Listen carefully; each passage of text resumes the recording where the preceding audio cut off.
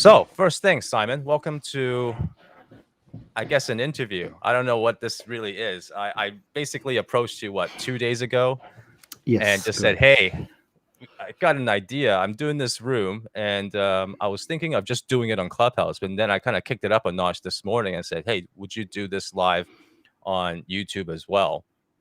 And I figured, why not, right? So I can make a new video, right? And you've kind of done these things before, right? You just finished a masterclass on shooting cars, Yes, that's and correct. Yeah. so I guess for people who don't know who you actually are and what kind of work you do, maybe it's a good opportunity for you to just give us a brief rundown on what you are as in terms of photographer, um, what other people are labeling you as, and versus what you prefer to call yourself. You identify as, Well, because let's I start think there's off. a little bit of discrepancy there. So let's start off with that. Totally is. So I would always say I'm a photographer and maybe nowadays a director. I'm not a content creator. Definitely not a car photographer because I do shoot a lot of cars and I probably make most of my living with shooting cars.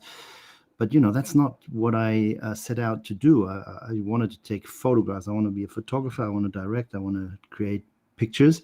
And to me, it doesn't really matter what's in them. Mostly cars, but please don't just label me a car photographer only because I shoot still life, I shoot landscape, experimental, I direct, all sorts. So I went to photography school from 1987 to 89 in Berlin, or as we called it back then, West Berlin, because there was still a wall. Super interesting times. And then I assisted for a year. And in 1991, I started my own business, which makes it now 30 years or next year, 31 years or whatever. The first 10 years of which I would only shoot still life. Then I got sick and tired of it because there was no end. There's still life photography in a studio. You have to kick out your client or your art director because if you don't tell them to please leave, there's no end. Because nothing, no models, no overtime, no one gets tired, nothing. I was just working and working and working, and I decided I can't have this anymore. And for a brief time, I was a people photographer. I changed straight from still life to people, which I don't recommend. But and then by accident, I became a car photographer. And I remember clearly because it was just after 9/11, 9/11. There were no jobs, nothing, and BMW approached me. I'd never shot a car. Actually, I'd shot a car once for a tire company, but never really shot cars. And they approached 6 photographers to shoot the then brand new prototype Z4. They paid half a fee, they paid all the expenses, and they gave you the car for 2 days, 4x5-inch film. They told you for one of the shots, the lens and the distance and the angle that they wanted, and for the other shot, you could do entirely what you wanted. And they bribed all the 6 of us. None of us had any experience in car photography, and at least half of the people are still car photographers now. And the other shot, you could do what you want. They bribed you with, if they liked your shot, they would give you the catalog. And they didn't lie because in January 2002, I shot my first catalog for the then 1 series prototype. And in March, I shot my second catalog for the Z4 catalog. And in my first year in car photography in 2002, they booked me for 45 days in total, which, as a still life, it would have been a great year just like that. And everything I know in car photography was basically learning by doing while I was getting paid to do so. I hardly ever shot any personal work with cars, and I still don't do much. I'm not a car geek. I cannot tell you what engine my own car has. I care about cars in the sense that they're nicely designed, but I'm not a car guy. And that's So, basically how I got to where I'm now, by BMW trying something new. okay, let's take a break right there because I just heard a lot of stuff that I have a big question mark over. I mean, it doesn't seem even possible nowadays where a client would hire someone with no experience to do something pretty substantial, with some risk attached to it. It seems unheard of, but in your case, are you Isn't maybe just saying that it happened, back then things were different and it doesn't really happen anymore, or does it still happen? doesn't it happen much more now that I would say for a few years, if you were young and inexperienced, you would not get a substantial car job from any other company. And now, even young people who don't have much experience, who are what I would say Instagram or car spotting photographers or whatever, motorsports photographers, they would get proper jobs, which, 15, 20 years ago was impossible. But I agree, BMW is very risky or brave to try that. But I don't think it was BMW because years later, I realized that it was a creative director from that agency, Jung von Matt at the time, because same creative. So my first 3 or 4 years was just studio work. And then the same guy calls me and says, you want to shoot something outdoors? And I said, I've never done that. And he said, it's not really difficult either. And so the guy booked me for the launch of the One series in Melbourne. So my first ever location job, they sent me for 2 weeks to Melbourne. And then the same guy changed agencies and called me again later, a couple of years later. And we're not friends. I have hardly any contact with him outside the job. Actually, I have zero contact with him outside the job. Anyway, so he booked me to do my first CGI job as well. So I guess it's not the company. It's a single person in the business who trusted me, and I didn't let him down, I guess. So a backstory. We're just gonna back up a bit. I met you. Actually, you know what? I have no idea how I met you. I can't remember. Same here. You I've been thinking about that today, and I was like, no idea. Who is this guy? Yeah. No, yeah, it happens a lot. But I think it was on social media at one point where I just kind of followed you and then sent you a message, and it's kind of started from there years ago. Okay. But I think what kind of drew us a bit closer, um, and you tell me if we're allowed to talk about this, okay? Because a couple of years ago, you sent me an email and you were asking if I knew anyone in Singapore who was able to do on-set CGI for a job that you were bidding on. And eventually you got the job. And I told you that I don't really know anyone in Singapore because I'm based in Hong Kong, and you know, I know people there, but Which not seemed close from here. yeah, it's not the same country, okay? But um and for such a specific skill set, I didn't know anyone. But I told you, well, I could kind of do it, if you need me, and you hired me to help you on set. So we met in Singapore. But are we allowed to talk Mhm. about that job? Yeah, totally. Yeah, yeah. Mhm. Yeah, now we can, right? Yeah, Because it was obviously. pretty hush hush when we did it. So Simon and I met in Singapore when he was hired by Porsche to and this is great. I can use air quotes now on YouTube so people can see me use air quotes to shoot the now recently released Porsche GT3 campaign, at least a part of it, right? Yes. So they hired a whole bunch. I don't know how many different photographers they hired Two. around the So world. that was a really weird job in a lot of ways. So partly because they sent someone else to the F1 track in Monaco, and they sent me to the F1 track in Singapore. I don't know why they didn't send me to Monaco. I don't know, but they hired me to supervise the entire job. So I was given backplates and spheres from Monaco, which I hadn't shot. And I shot my own backplates and spheres in Singapore on the track, both of them. And then I had to produce, I don't know, 18 or whatever images of the car on the racetrack, and half of them I shot, and the other half I did not shoot. Here they are, yeah. And rendering the cars that I didn't shoot was one of the most difficult jobs I've done in a long time, because you have zero idea. Here, when I shot this, I knew it was this and that high. The guardrail is that high. I was that far away. I could write things down, and the information I got from the other photographer was sparse and weird, and also you're lacking the feeling of having been there, knowing. And but in the end, it looked like I shot all of them, because I had to apply my handwriting to all of the shots, And obviously, I never showed any of the other guys' work because, it wasn't mine. Wait, I'm just finding the mute button. So just to let people know, um, even though Simon managed the entire job, including the content made by the other photographer who shot in Monaco, um, it's I guess you don't feel that it was actually your photograph, therefore you don't show it, even though you supervised it. Correct, yeah. Okay. So, and just for people who don't know what CGI is, like we were basically on the Formula One racetrack, what, 2 days before the actual race, or Yeah. the week before the actual race, and we were given like 3 nights to shoot this because it is a night race, and we needed to shoot in a nighttime environment, uh, and you're basically just shooting the background without the car. The car is not there.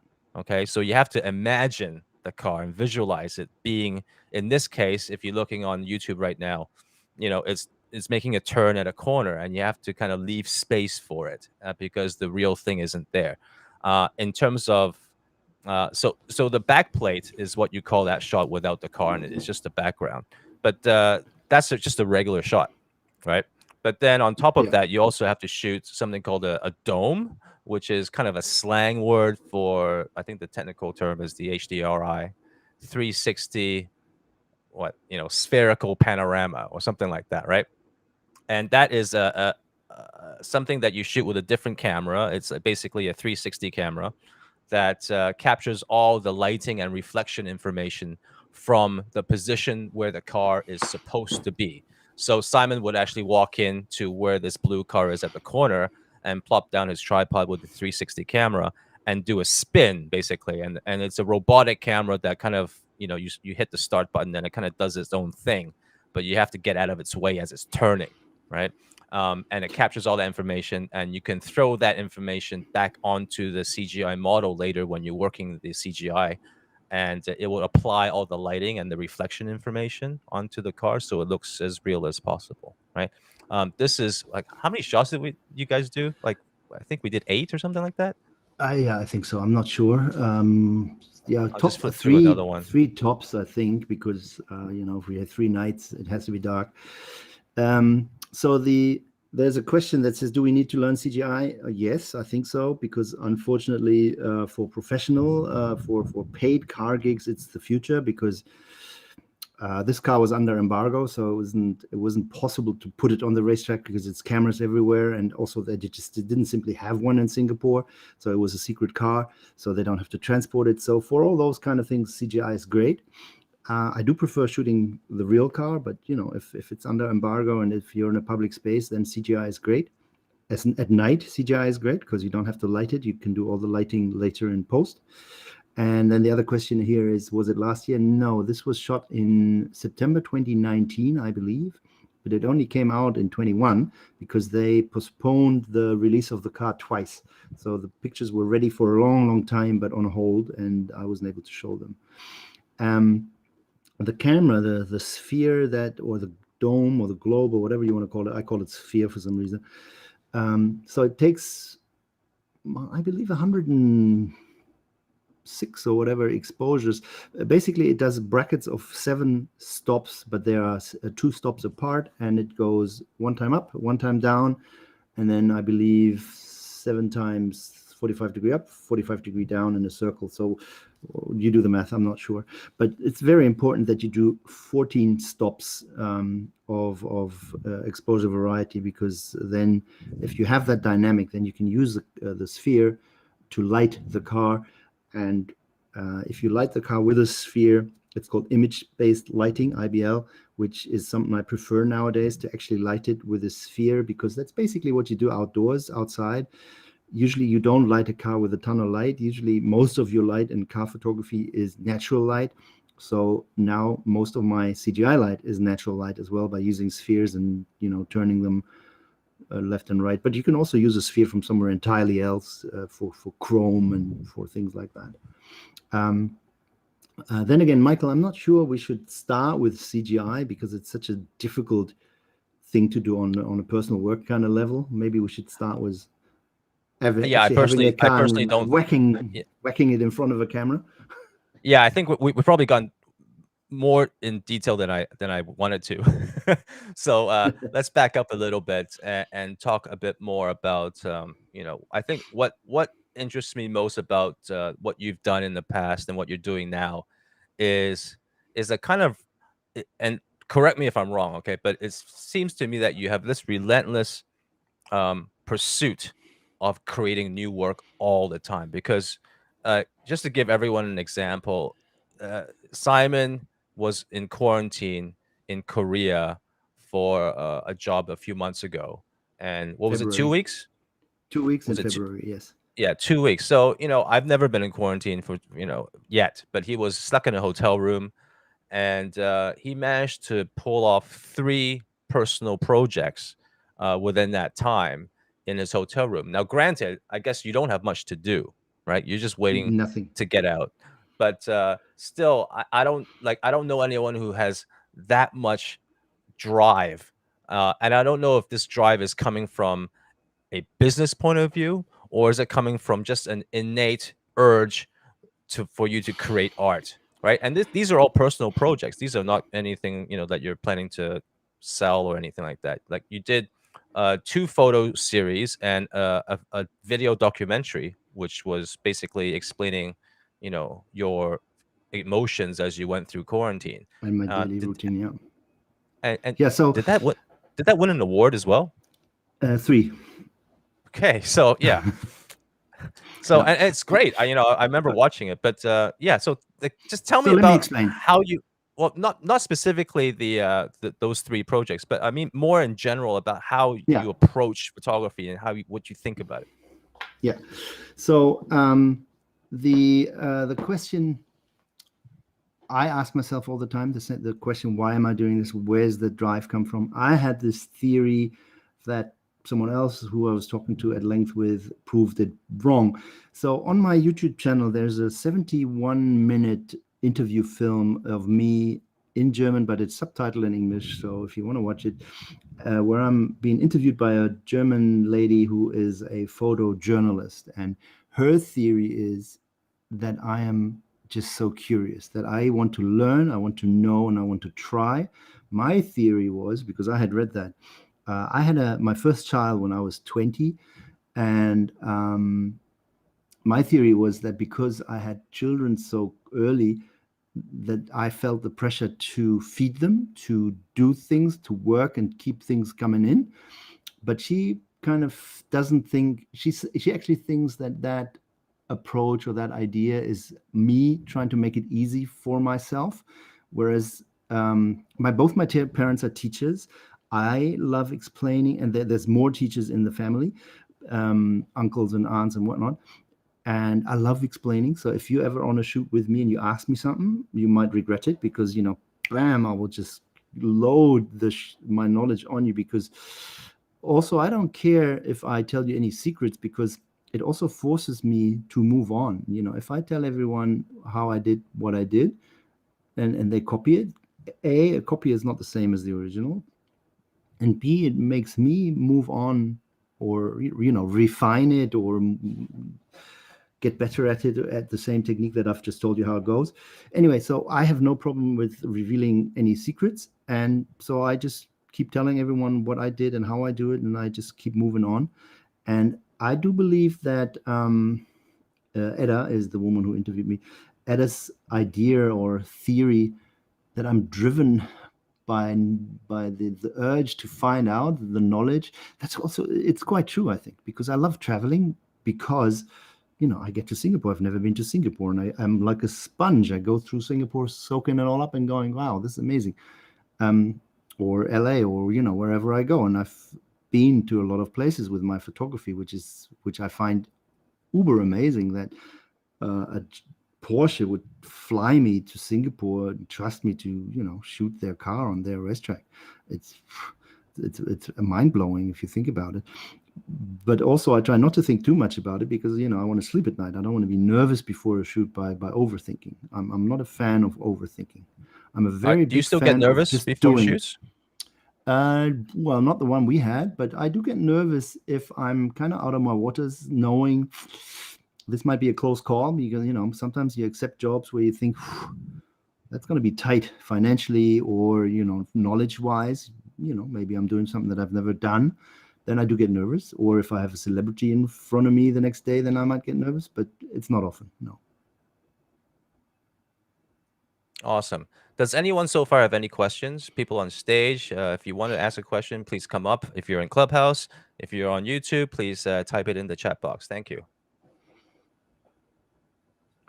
Someone is asking here if I did the Wasteland series. Yes, that is true. And also that's a thing that I would like to talk about. Not only the Wasteland series, but so I don't know if you don't know Wastelands. Yep, it's at the end of this PDF, I believe. There was. I call it a portrait of a city and a society. So I go around a very tightly selected area of a city for 60 minutes. I collect the trash that I find, and then later on, in either in my home studio or if I'm abroad, I'll rent a place. I arrange it at right angles and shoot it top down in what's called knolling or lay flat or whatever. This is because I'm a still life photographer. My still life background comes through, and this series and other series that I every now and then my conscience shakes me and grabs me and says, you got to do something good, because I'm a car photographer. I'm trying to convince people to buy more cars, which is a terrible idea. I should really be a public transport photographer. I should convince people to use public transport and fly less. So every now and then I think about that, and then I photograph a series to put my mind at ease with the nonsense I'm doing. And I'm also doing, I offset all my flights with the carbon. Whenever I sell a picture, I give 1% of my fee to plant a tree, plantmytree.de, I believe. I'm not sure. It's a German tree planting company. And I've come to realize that they have a project 20 kilometers from the town where I grew up. So I'm actually financing trees just very near my old home, which I find nice. So yeah, that's how Wastelands came about. I wanted to do some still life photography because I still love still life. To me, still life is soothing. It's like a paid vacation. It's like anything studio is a paid vacation, because nothing can go wrong unless you're stupid or if you've misplanned or whatever. So you have the light, you have the time, you have a schedule, you have an idea. I love that. You just go there and you fiddle around, you tinker, you lay, you do try this and that.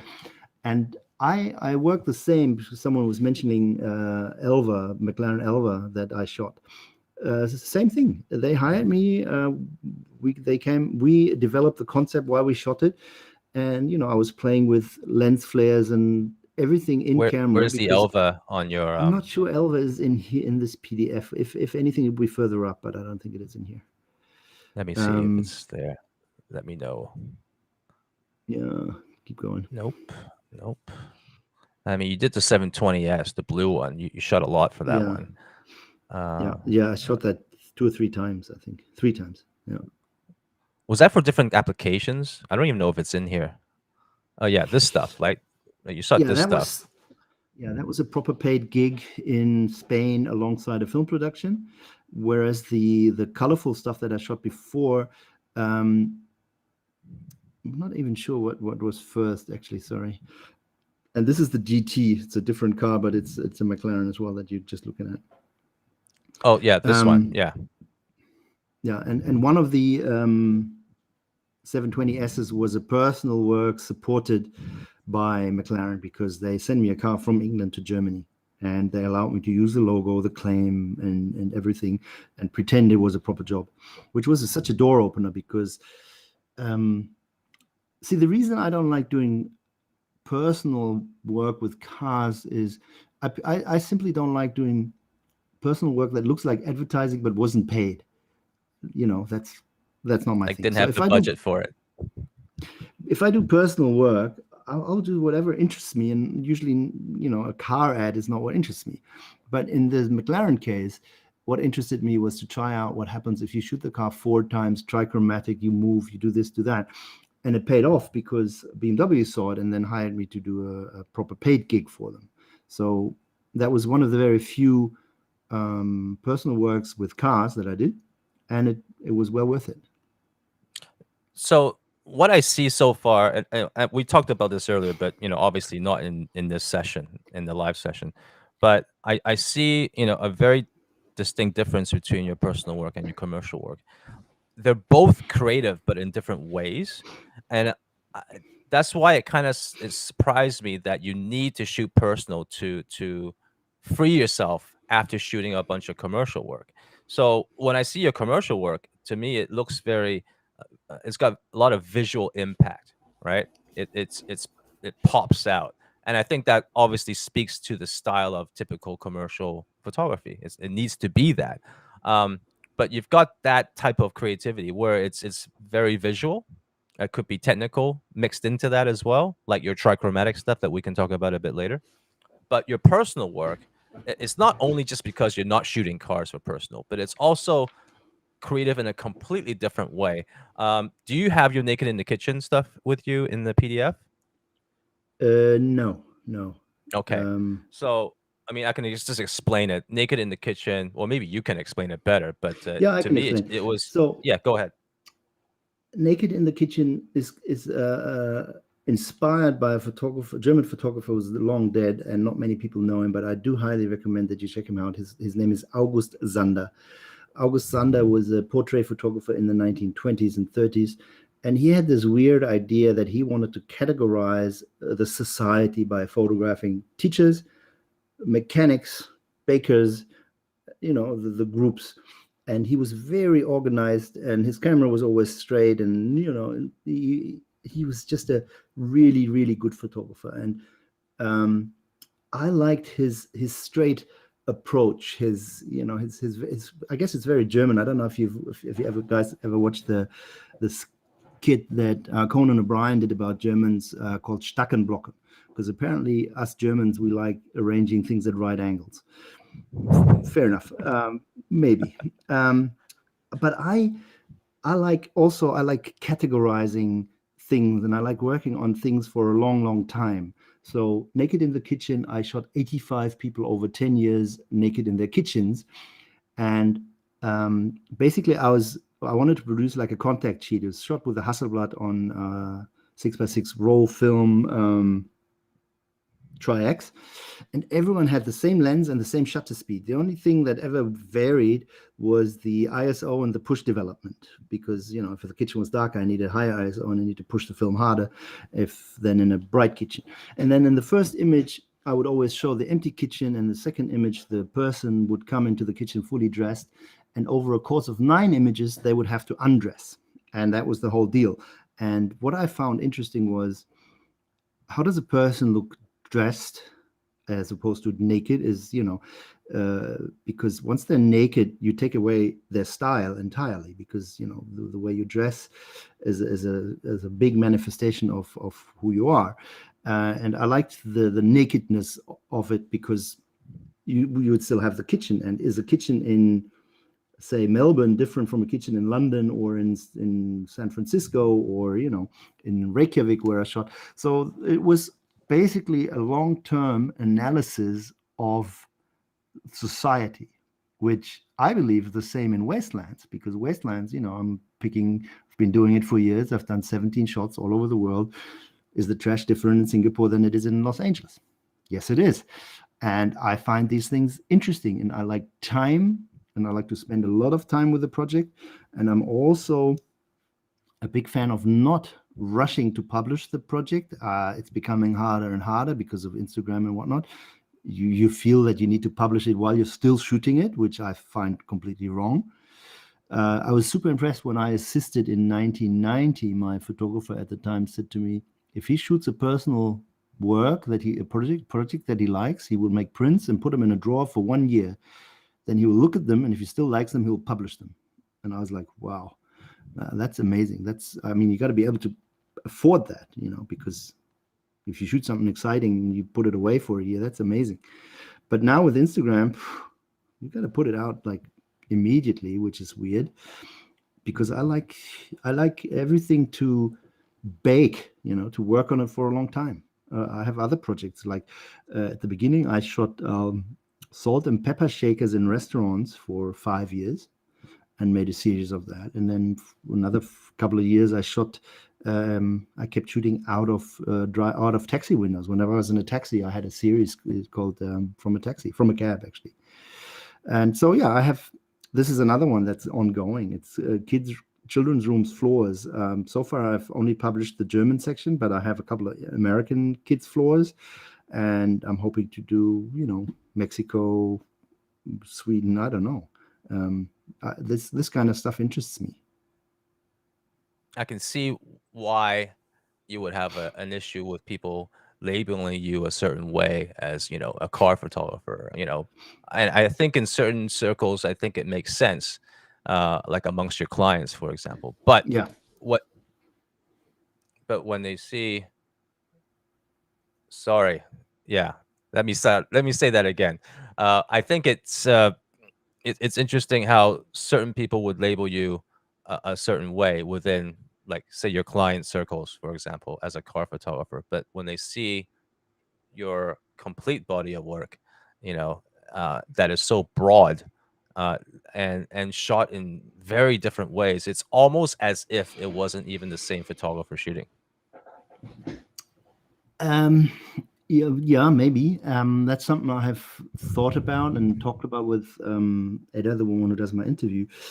We've kind of come come to the conclusion that the the the red line, the thread in my work is zigzag. It's not having one. It's the constant in my work is to be jumpy from left to right and trying all sorts of things.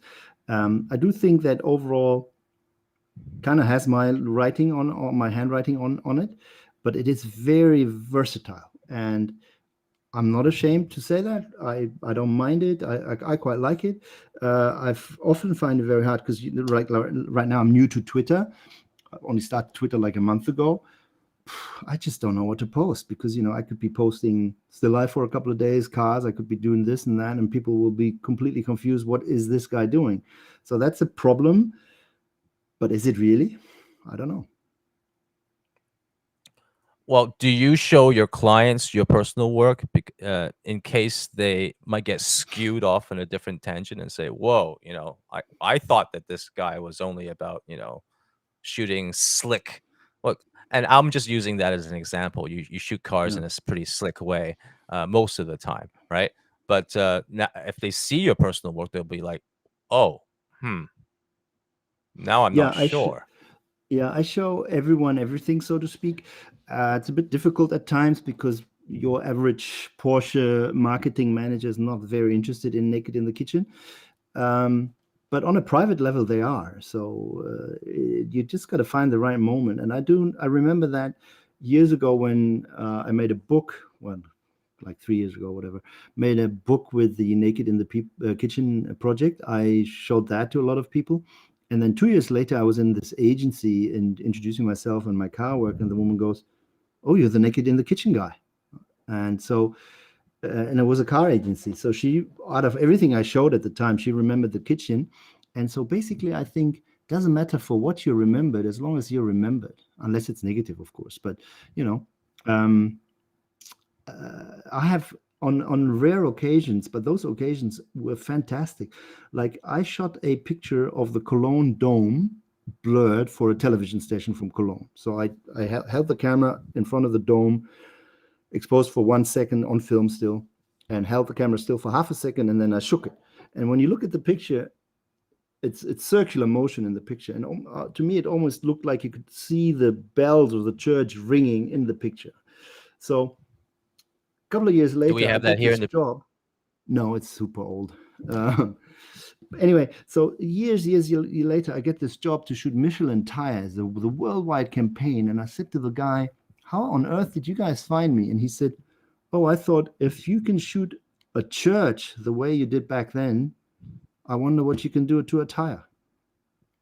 And so I got that job because I blurred a church. And although that doesn't happen often, it's very rare. But when it happens, it's so worth it. So I just keep doing my shit. And this is one thing I always tell everyone. I do not think about a commercial possible usage of whatever I'm doing at the time. I do not care. I will always shoot what I want. And if later on it leads to something, great. If it doesn't lead to something, too bad. But, or, I mean, and also, what's the definition of leading to something? Because I'm building a body of work, of experience, of, just a legacy, if you want. So it's always worth it, even if it's not a commercial success. Because, if it's not a commercial success, like the dome, the globe, the church at the time, I ended up shooting tires. And I've had other things where people approached me and said, like Lexus recently did a thing for Lexus because they had seen stuff and went, we have this really boring car on a turntable kind of project for film and photography. What can you add? Because, they'd seen my experimental things, and I got the job, and we did a pretty good job, I think. I gave them a thing that I coined endless resolution. I had this idea because Lexus said they were all about quality. Quality is super important for Lexus. And I said, okay, how about we have the utmost quality in the pictures as well? And they said, what do you mean? I said, well, I could deliver you a picture where the file is so large that your audience can zoom into the eye of the driver. And so we shot it in 18 shots. Wait, that's not here as well. Damn it. No. So the thing is, because this morning or this afternoon, you came in last minute with, you want to share something. So I just grabbed this PDF here, which is a thing that I just sent out right now. And it doesn't have Lexus in it because I sent out Lexus alone a couple of weeks before. Right. So yeah, because that's the last job you did. Not the last, but it was one of the last. So I would say let's go through the PDF and I will comment on what we're seeing. What do you think? Okay. Yeah, let's take a break first just to make sure that people don't have any input, because so one guy is asking, what do I shoot with? That's fairly easy. I shoot everything I can with phase 1. And I'm not sure if that's the way you do it, but that's how I did it. I wrote them and I said, I want to be your brand ambassador. And they said, oh, that's a good idea. So for a year, in January, I've been their global brand ambassador. We have a 2-year contract. Do you get a camera with that? Yes. Awesome. Yeah. So obviously you're shooting with the latest, whatever they give you. Yeah, I have a IQ4 150. Okay. I'm going to check in with Clubhouse as well. So people, you've been awfully quiet and we've been yapping all this time. Does anyone have any comments?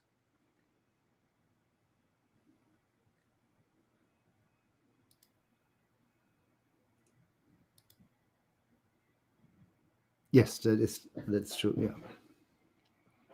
Yes. Thanks. Yeah, I saw that on your Insta too. I just presumed that it was on your PDF here as well, but I guess it didn't make the cut. Well, the problem is with the PDF, you can't really zoom in. Then you have to provide a link, or the PDF becomes super big. So, if there aren't any questions, we can go through the PDF if you would like. Otherwise, fire away with questions that you might have.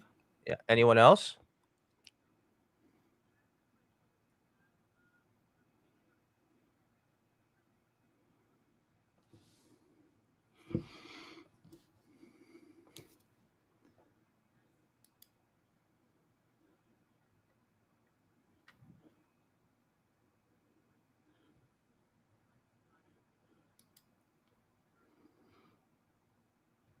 I don't.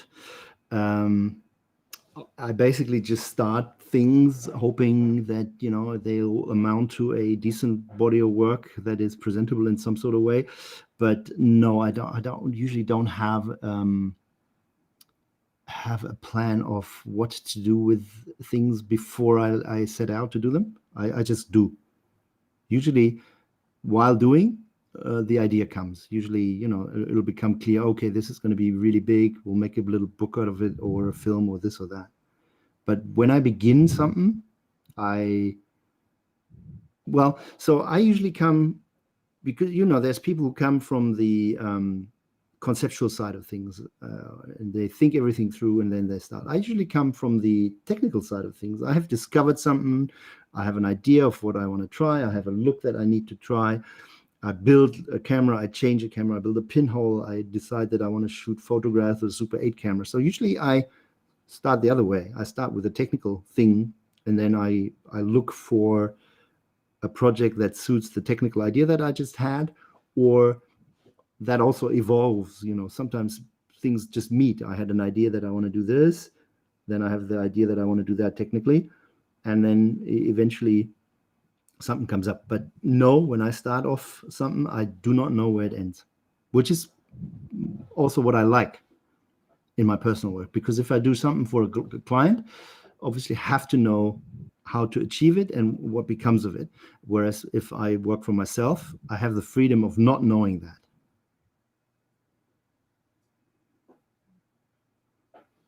Welcome. Anyone else?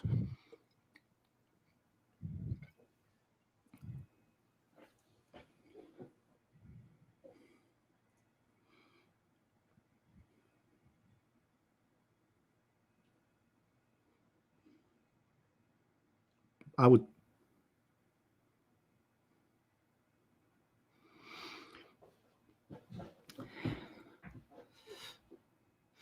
I think that this may sound weird because they're a big company and I'm not. I think I have more drive, more energy than phase one, because I keep offering them things and projects and they don't take them. They don't react in the time or that I would, or they go back, they come back and say, yeah, why not? But they're not like, I don't think it has changed anything for me, except that the IQ4 150 that I have, I didn't have to pay for, which is great. But everything else I already had. It's not like they gave me a whole bunch of things. I had everything beforehand. The only thing I never had was the 240 millimeter lens that I now have, but I also really don't need it. Well, and also I can't keep it. At the end of the 2 years, I have to give it back. Well, you can lend it to me in the meantime if you don't need it. In car photography, you really don't need a 240. I didn't say anything about car photography. Okay, fair enough. Yeah, come by, pick it up. I think shipping is probably easier. But anyway, I'm just kidding. Yeah. Okay, so let's move on to any other questions. If not, we'll get Simon to kind of briefly run down his PDF portfolio, and he'll guide me through it. But before we do that, if we have another Before we question, do that, there's a very interesting question here. It says, I'm always told to focus on one theme in photography and try to be the best at it, but I want to shoot many different areas. What are your opinions? So that is a problem, a struggle that I've had all my life, which is also why I don't have an agent in Germany where my core market is, because I hate those discussions and I don't want those. I don't want, agents would love me to be in that car corner. Here, he's a car photographer, he's an expert on cars, because apparently your clients want an expert. And if you're good at landscape and people and still life and cars, it seems to the world out there that I am only 25% an expert, because I'm an expert at 4 different things. So since I only have 100% to give, apparently I can't give 100% on cars. So I feel your pain. I have ignored it for many, many years. Then I had a brief stint of a couple of 2, 3, 4 years where I just went, okay, fuck it, I'm just going to be the car guy now. And then 2, 3, 4 years ago, I was sick and tired of being the car guy, and now have the problem that for a couple of years I served that thought, and I shouldn't have, or I don't know. I mean, it's not wrong. I'm making a decent living with a car photography, so I shouldn't be complaining. But I feel your pain. And there's a lot of people, or not a lot, there's some people out there who do all sorts of, people and cars and things. And once you have the slightest feeling that one of them is weaker, honestly, you should not do it. Because, there's car photographers who do a lot of talent stuff where you think, pooh, that's a bit lame. And if you're a true still life photographer, then you're maybe not a good people photographer, but I was a still life photographer for 10 years and I switched because it's a mentality thing. If you can go to people and talk with them and be open and say, hey, guy, we need to take a picture and I want you to do this and blah, blah, blah. As a still life photographer, you do not have to be an introvert or a nerd. I wasn't, but a lot of them are. So I do not have an advice for you here. I would say try shooting everything, and if people think one of your areas is better, focus on that area by showing clients and prospective clients or whatever the work that everyone tells you is the strongest, but don't drop the other. Just keep good, keep at it. So when I made the switch from still life to car photography, so to speak, um, I was given advice by Mr. Brise. Brise is a very good flash company. I'm not sure if you know them. They make wonderful umbrellas, and it's here in Hamburg, and it's run by a now old man, Hans Werner Brise. He's lovely. So he told me he used to be a fashion photographer, and one day his best friend rang him, who was a food photographer, and said, "Dude, I'm ill. I can't shoot. Can you go and shoot this food job for me?"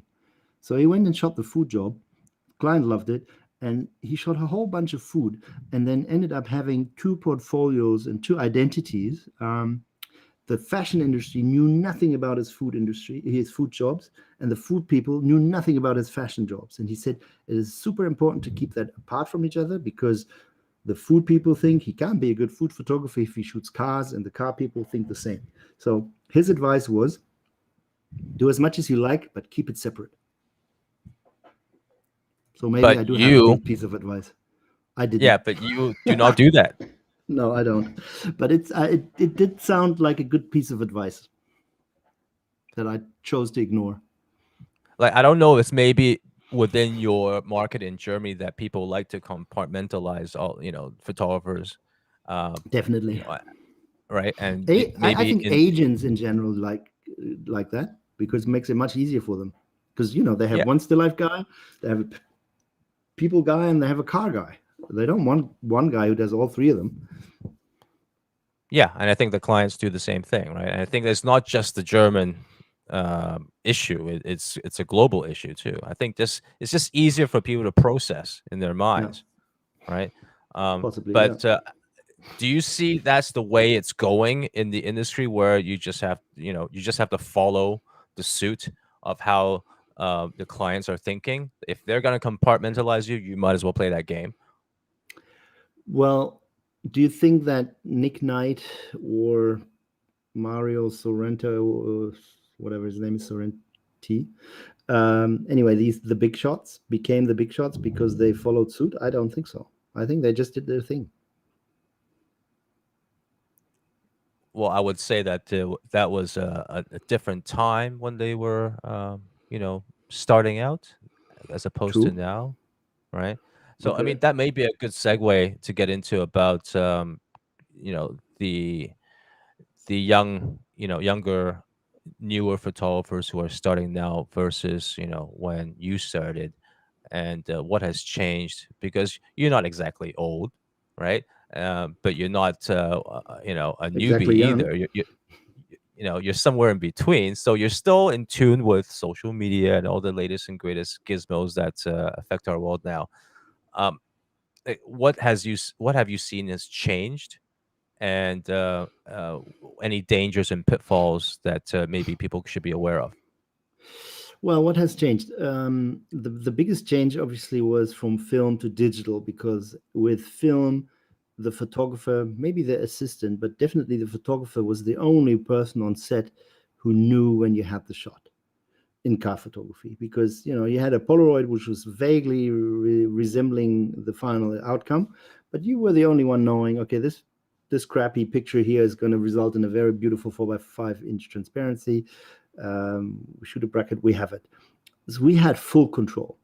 With digital, and that's probably, I don't know if it's a mistake, but it makes it even easier for my clients. I should tethered only, so they always see my image immediately in larger than 8 by 10 inch, which was the biggest Polaroid at the time, and when you shot a transparency and you had a 4 times loop, you could, put the loop on the transparency and you saw it 4 times bigger. Now you can freaking zoom in 100% or 200% at a mouse click, which has the stuff that you would get away with on film, slight blur, slight focus slightly off, whatever, didn't matter as long as the picture looked great. Now it's, for me, it's different because everyone will always double click on the eye and say, oh yeah, that's sharp, good, move on. And so basically with the digital, I'm not going to say we lost control, but we have started to share control. And I believe for me, it was nicer when I had full control and full trust, because I have art directors on set who are almost photographers or post production artists in their own rights, and it was more fun, more risky, and possibly better paid because it was more risky when I was the only guy on set who knew that we had the shot. So what also changed with that was that back on film, the light is good in the morning for a car and the light is good in the evening. You would shoot so when I started in car photography, on outdoor car photography in 2003 or 4, we would do one rig shot in the morning, maybe a detail, and go home in the afternoon. Then a couple of years later, we would do one rig shot in the morning, one in the evening, and an interior during the day. Then when we switched to digital, we would do a rig shot in the morning, a rig shot in the afternoon, a rig shot in the evening. So 3, sometimes 4. And now we've come down to, we do 8 to 10 shots a day, whereas when I started, we did 2 a day. So that's changed. Is And my that day allowing rate, you enough time to shoot? honestly, I've gotten to a point where I don't care. I don't ask that anymore. No, it doesn't. It's not enough time. And I try to explain my clients that when they complain, like someone approaches me and says, I want to do 20 shots, I will always say, okay, what do you want to do? Do you want to do them in 1 day or in 20 days? Anything in between that is possible. We can spend 20 days on 20 shots. You'll get fabulous pictures, or we can do them all in 1 day. And it's not my call. If you ask me, I'll always do it in 20 days because the more time I have, the better I can work. But it's their money. They need to say, look, we have this and that amount of money. Could you tell us how many days you can spend with my product for the amount of money that we have? But they don't do that. So if They're you not tell a open. client that they have 20, you can do it in 20 days and they'll be fabulous, or you can do it in one No, day and they'll yeah, be sorry. what? Yeah, uh, mediocre at best. It, I try to explain, if you want your car to look good, you need early light and late. So that's 2 shots. And then we can do 2 during the day. We can do a rim, a detail, an interior, or some talent stuff. Or if it's freestylish, we do a main shot and a couple of handheld things. We can do 2 or 3 in the morning and 2 or 3 in the afternoon. But it has to be very freestyle. If you're anal about your angles, then I always offer my advice, my position. I don't, and I feel it's wrong when I say, look, this job deserves 10 days. They say you are too expensive, and I say, no, I'm not too expensive. I'm just trying to give you more quality than you can afford. So let's talk. But they don't do that. They just go to someone who says 5 days. So having learned that the bitter way, I will always say, look, I really think we should shoot 5 to 8 or 10 days or whatever, but I'm going to offer you 3, knowing that everyone else will give you 3. And then we'll go, okay. So I'm gonna take a break there for a second. Thank you, Simon. I just noticed some new people in the room. If you're just new here and you want to follow the visuals on YouTube Live right now, please click on the link that's pinned to the top of this room. Okay, so you can see us talking and see Simon's work as well. But we're just having a pretty casual chat with Simon, and we're probably gonna just jump over to his PDF now. I don't know if we have time for talking about your trichromatic process because I think that was quite interesting. It's a bit technical, but well, it's not that technical. If you know Photoshop, you should be able to I figure think this one out. let's have a quick look through the PDF because we'll get there eventually. So Can you go up one Hold on, image Simon. from this one? Just Yep. hold on, Simon. Just in case people have any questions, because we have quite a Oh, yeah, few sure. people on stage. You guys, and I know most of you quite well. So, does anyone on stage have any questions?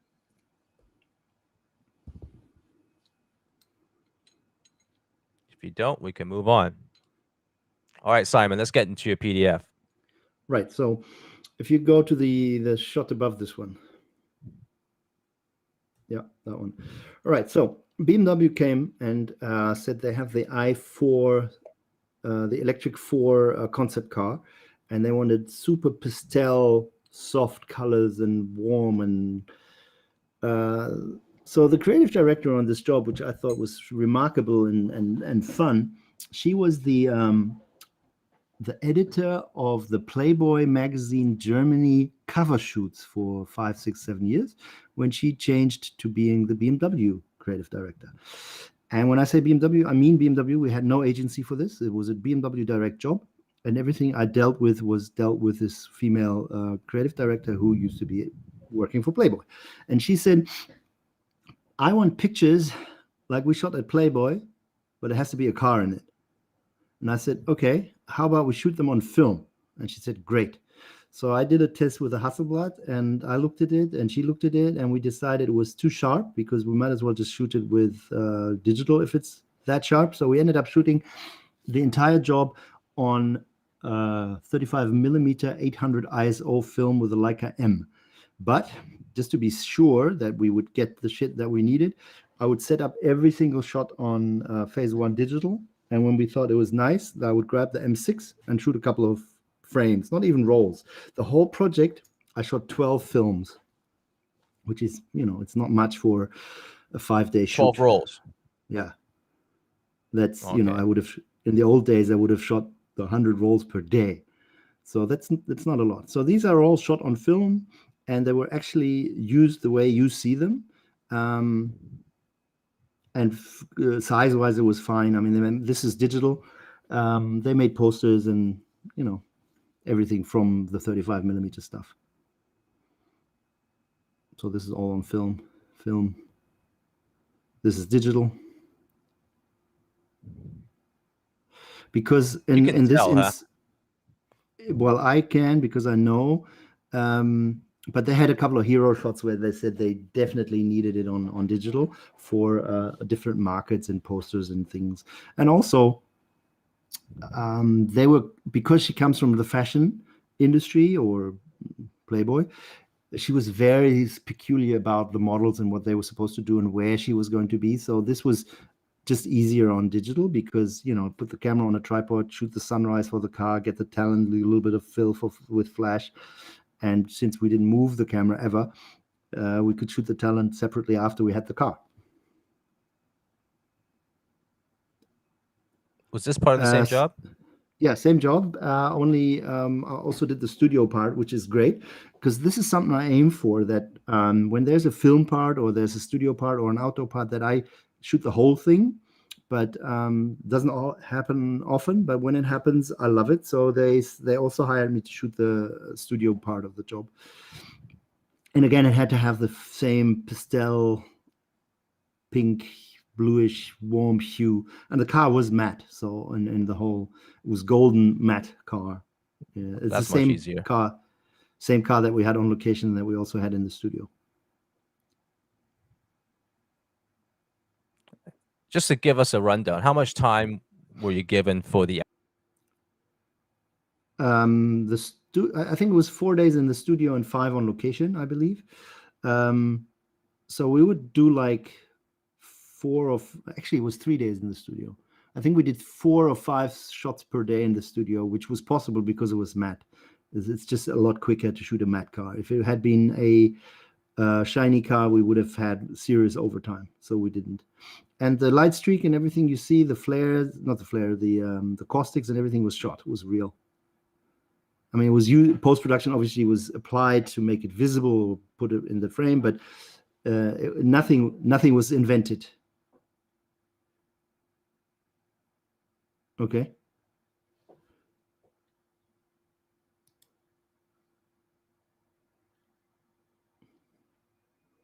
Well, I can still see you.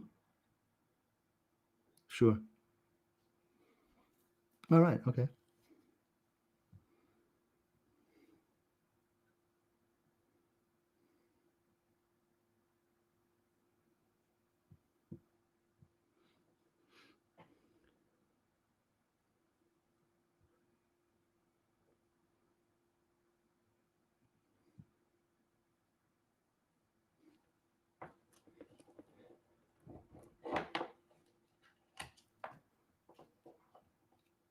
That you're composing takes a certain amount of time to kind of get right in and there, to why you don't feel the need to have to shoot multiple.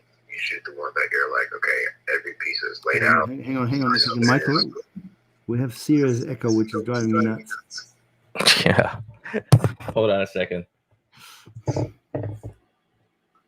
Yeah, it's been driving me nuts for the past hour. So, but no, it was just between us, but now the echo was also on the question, which made it very hard to understand.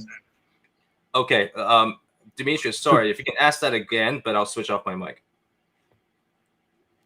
Is there echo now? Still, yeah. Is there echo? Yeah, there's still a big echo. But maybe try again. I'll just focus on you and not even look at the screen. Okay.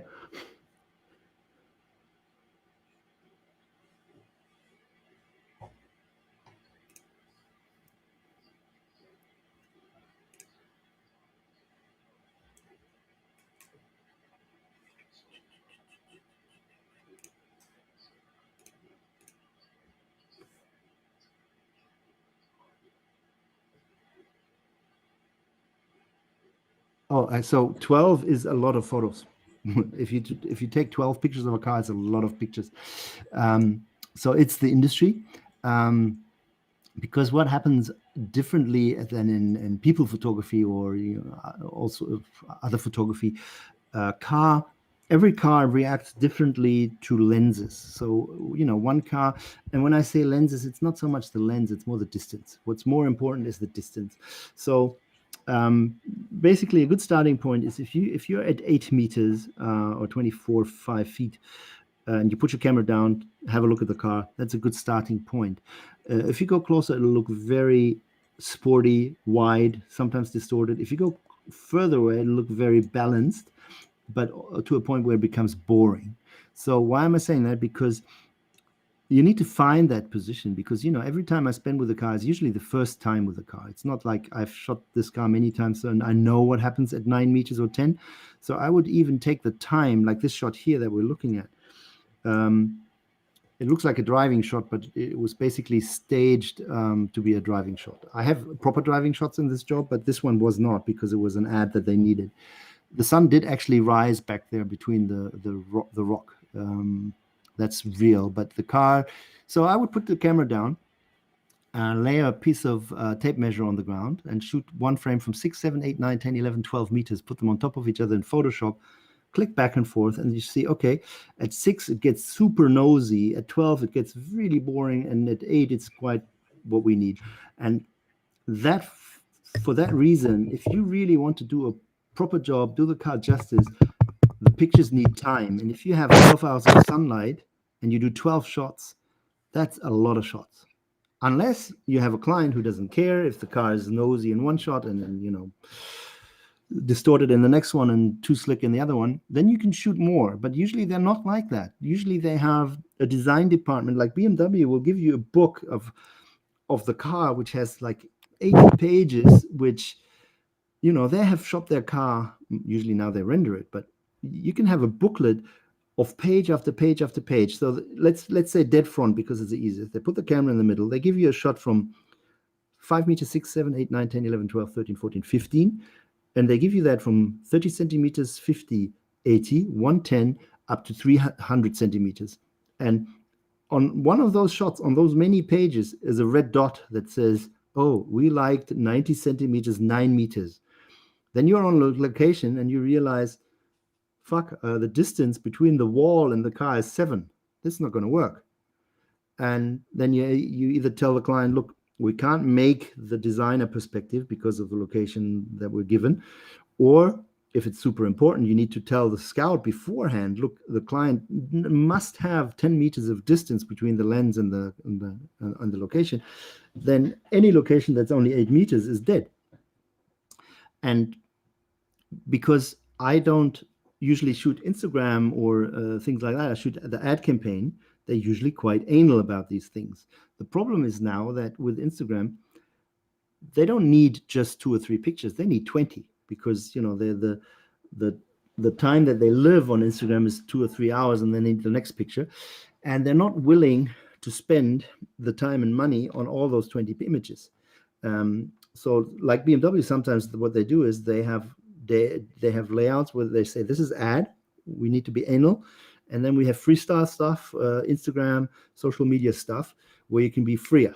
And that's good. I can live with that. But there's other companies who basically want everything shot with social media money and advertising style. And then it becomes a problem. Did that answer your question? Good, because I got carried away. Sorry. I think we're back up. Shall we move on? Yes, please. Yeah. All right. So we've just finished the BMW stuff. Let's just skim through the rest of them. I think we were about this point here, right? Mm-hmm. Okay, so McLaren stuff. Okay, I guess you can talk about trichromatic now. Absolutely. So trichromatic. In 1999, I remember clearly, I was sitting in Photoshop, because I don't do Photoshop. I can do bare things, but I don't use layers. I don't use paths. I'm bad. But what I'm good at is briefing people. I'm good at knowing what I want, and I'm good at telling people how I want it to look. But I will never tell anyone how to do it, because as a photographer, I don't want my client to tell me what to do, so I don't do that. So I was sitting in front of the computer with this guy, and he was looking in the color channels. And in the color channels, there were 3 black and white images. One was called red, one was called green, one was called blue. And I was like, why are they black and white? And he said, well, a color image is 3 black and white images.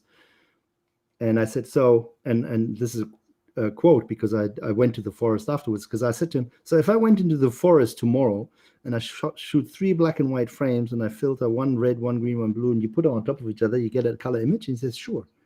So I went to the forest the next day and shot on Polaroid Type 55, filtering with CNR filters at the time. And I got a very washed out picture, because the 50cc filter from CNR was the strongest I had. So it wasn't very colorful. Connection issues. Okay. I hope you can still hear me, because my computer says I have connection issues. Yeah, we hear you fine. Okay, good.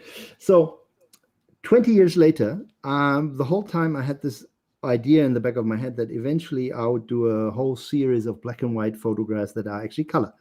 Leica came out with a black and white digital camera, and I was like, I'm going to buy that, and I'll photograph color with it, because this is another one of my mottos, so to speak. One of my mottos is, has a certain camera, has a certain technology, drawbacks, flaws, disadvantages, and if so, can I use them to my advantage? So if a camera doesn't do color, obviously a big disadvantage if you want to do color, can I do color with it? If a camera doesn't, focus well, I don't know. I try to get to the limit of a product that I buy. So these were shot completely in black and white. One image is filtered red, one is filtered green, one is filtered blue. But I wanted normal or heavy, strong colors. So I did a lot of research, and one of my camera dealers recommended that I buy a filter called Astronomic. I don't know if you can see this. This is a very small one, but he recommended that I use filters from Astronomy Photography, which was super expensive. This set here is only 35 millimeters, so they're really small filters. And this set was 500. and the set that I use, 77 millimeters, the big one, 7.7, was $1,000 or something like that. So it's quite expensive for, trying out. I mean, not as expensive as the black and white digital camera. But anyway, so then Phase One also came out with a digital back that was capable of black and white only. So I borrowed that for this job.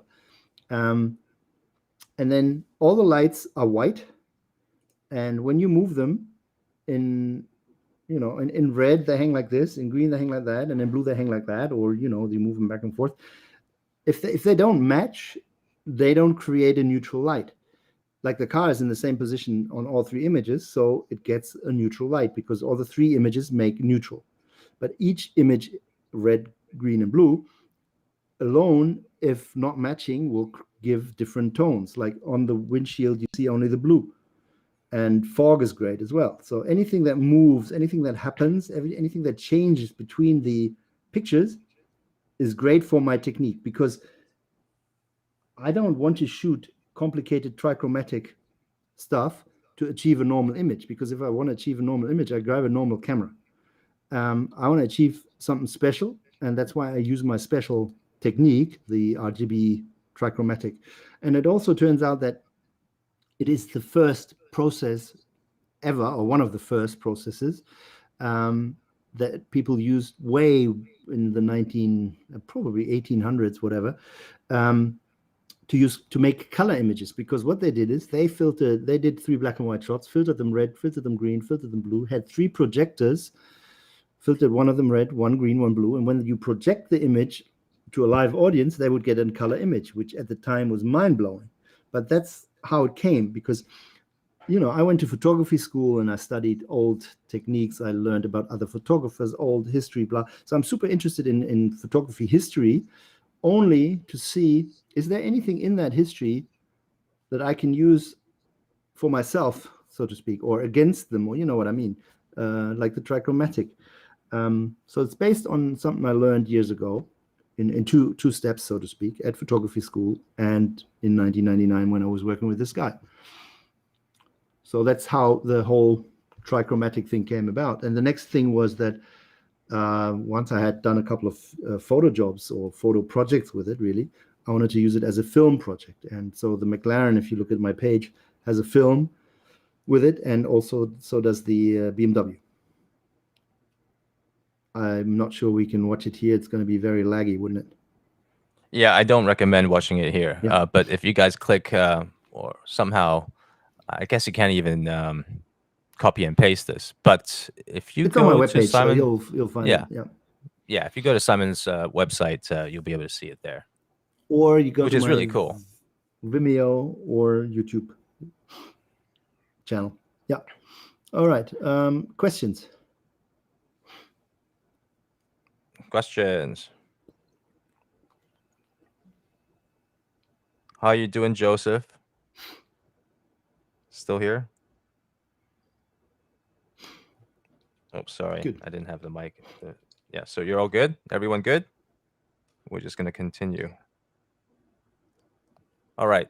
So next set would be, I guess the BMW stuff is the same thing, right? Like this Yes. was trichromatic, and you were intentionally moving the overhead lights to achieve Correct. the different colors.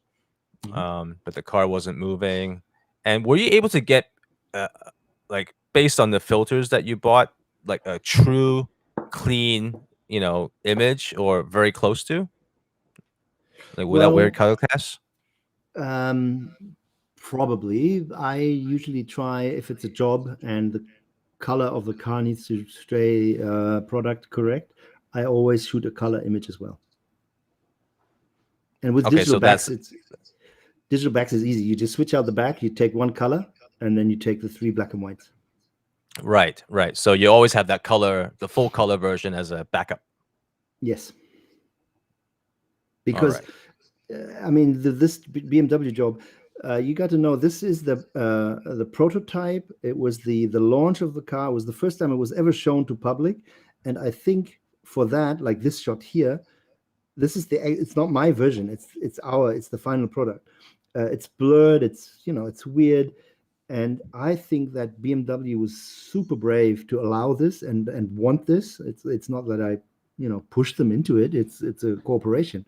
Um, but to introduce a car that has not been seen in public ever this way, I thought was yeah, well, excuse my French, fucking fantastic. Yeah, agreed. Because you would assume that they would just want to show the car nice and clean. Yeah. Okay, and there's a video here about that as well. Mm-hmm. Well, We've GT3 we talked about already, but this is yeah, what we were both. Singapore. Yeah, this is Singapore, by the way, even though it doesn't quite look like it.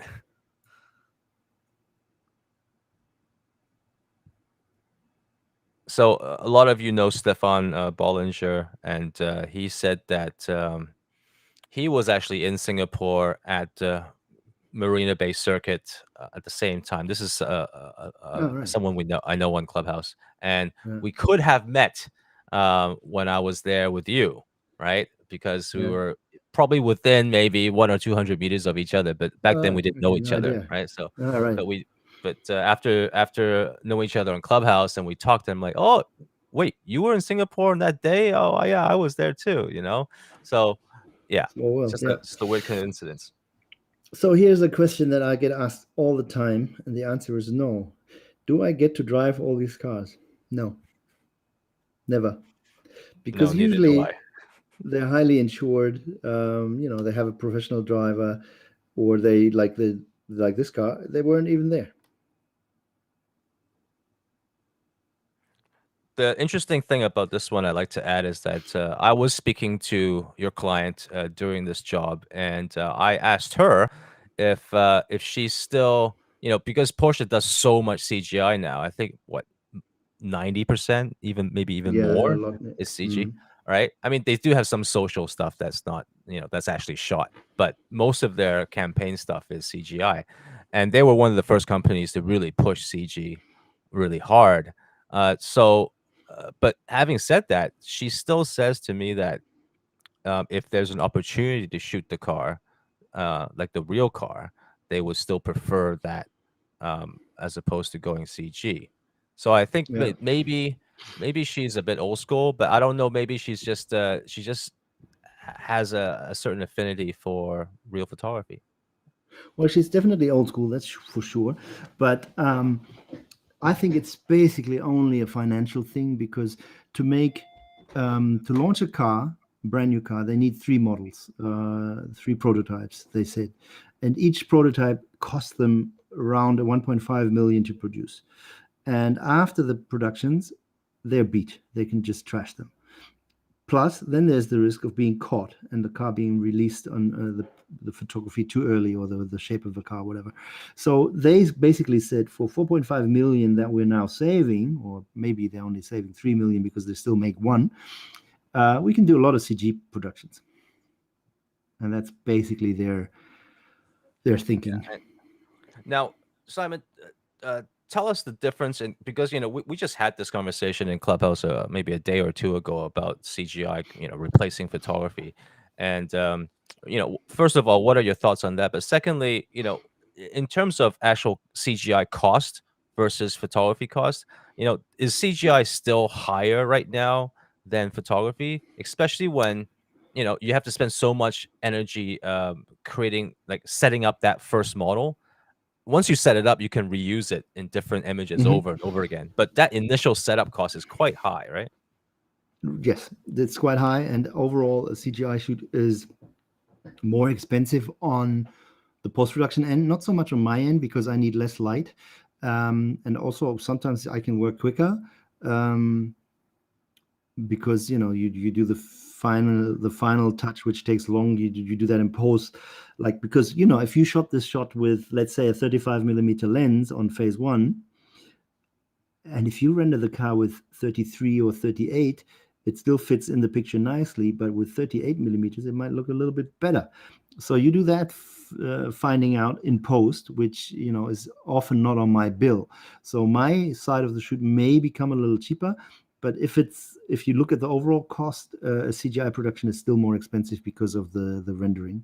A, the initial cost to make the car renderable, and B, because each render is a render plus retouching, whereas if you shoot the car, it's just retouching. Correct. And yeah. there is a question here in regards to what's my top priority camera feature, and this is a bit cheeky, but resolution. Basically, there was an old school color printer in Hamburg who once said to me, he was from New Delhi, India, so he spoke English, and so he said it in English, and I have to translate it. He said, "Simon, you can always go from something to nothing, but you can never go from nothing to something."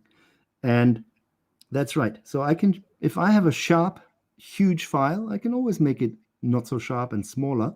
But if I have a too small file, if I have a lens that isn't great, because with resolution also comes a great lens. So the Sony is not a bad camera. It has fairly good pixel and data processing capacities and whatnot. But it's a huge difference. If I buy a 24-70 or whatever lens I have on it, I actually have a 24-70 on it, and it's only 1500, it obviously can't be as good as a 35mm lens that's $7,000 from Phase, because it's just one lens. So the reason why I like medium format is because the lenses are so much better.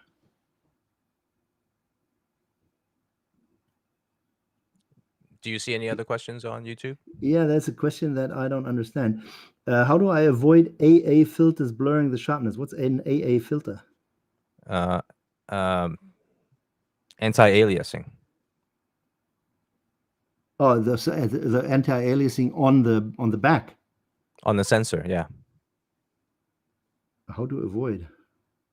I don't. I mean, if you shoot Phase 1 or Hasselblad, I guess, the picture that comes out of it is pretty sharp to begin with on medium format. Well, yeah, and most medium formats don't have the AA filter on top of the sensor anyway. All right, that's something I've never looked into, because I just accept the fact that the digital back comes as is. I've never looked inside. I have a quick question on the technical, if I may, Michael. Sure. Of course, Andy, go ahead. Awesome, thank you. I've been listening to this on the train ride home, so awesome talk, Simon. Thank you. And same to Michael for hosting the room. My question is just it's a bit general, but do you think there's anywhere to go in resolution, especially in medium format? Do you think there's another generation down the road of lenses, sensors that really are going to make impact, or do you think we're sort of leveling off as far as the technology goes? Honestly, I hope not. I hope this is it, but I mean, 150 megapixel is already pretty fucking big, because it just makes storage harder, post-production harder. But I'm sure that Phase and everyone is already working on 250, 300, I'm sure. I don't know. They don't talk to me about that. But, if you ask me, I'm happy with the way digital is right now. For me, I can't see of any improvement right now except quicker storage. If you shoot tethered and you want to shoot hundreds of frames, Phase can't do that. So if they can improve anything for me, then it'd be shooting as quick as a Sony. But in terms of the file, the resolution, the color depth, the sharpness, that's pretty good. I'm happy with that. I think with medium format, they have ways to go for the ISO. Yeah, definitely. That's something that they need to that doesn't even make sense, because the common logic says that bigger sensor with larger pixels is going to equal a better ISO. It's just, that's how it goes on the full frame, right? Like, why is full frame better at ISO than crop sensor? Well, it's just, the laws of what it is. So I'm just so surprised that medium format still lacks that information, that kind of, I guess it's more so software at this point, because I just don't see why it's such a bad, low light thing. You know, I've always seen medium format as like studio or just like outright, you know, or you're using lights outside, because man, it just forget about it. After 800, man, it's just, oh God, you know? So that's something I think that I hope that I see in medium format is the ISO, because everything else, man, it's crazy. I mean, like, come on, guys. Like, what are we asking for? 300 megapixels? Like, I mean, it just can't get any better. Like, of course it can't, but it's like, geez, like, you know, I mean, it's just too good. You know, the information, like these things are seeing in the dark, you know, as far as like pulling back information, you know what I mean? You know, I mean, the newest generation phase is a lot better on higher ISO, but when we say high, I'm talking 400, maybe 800, exactly.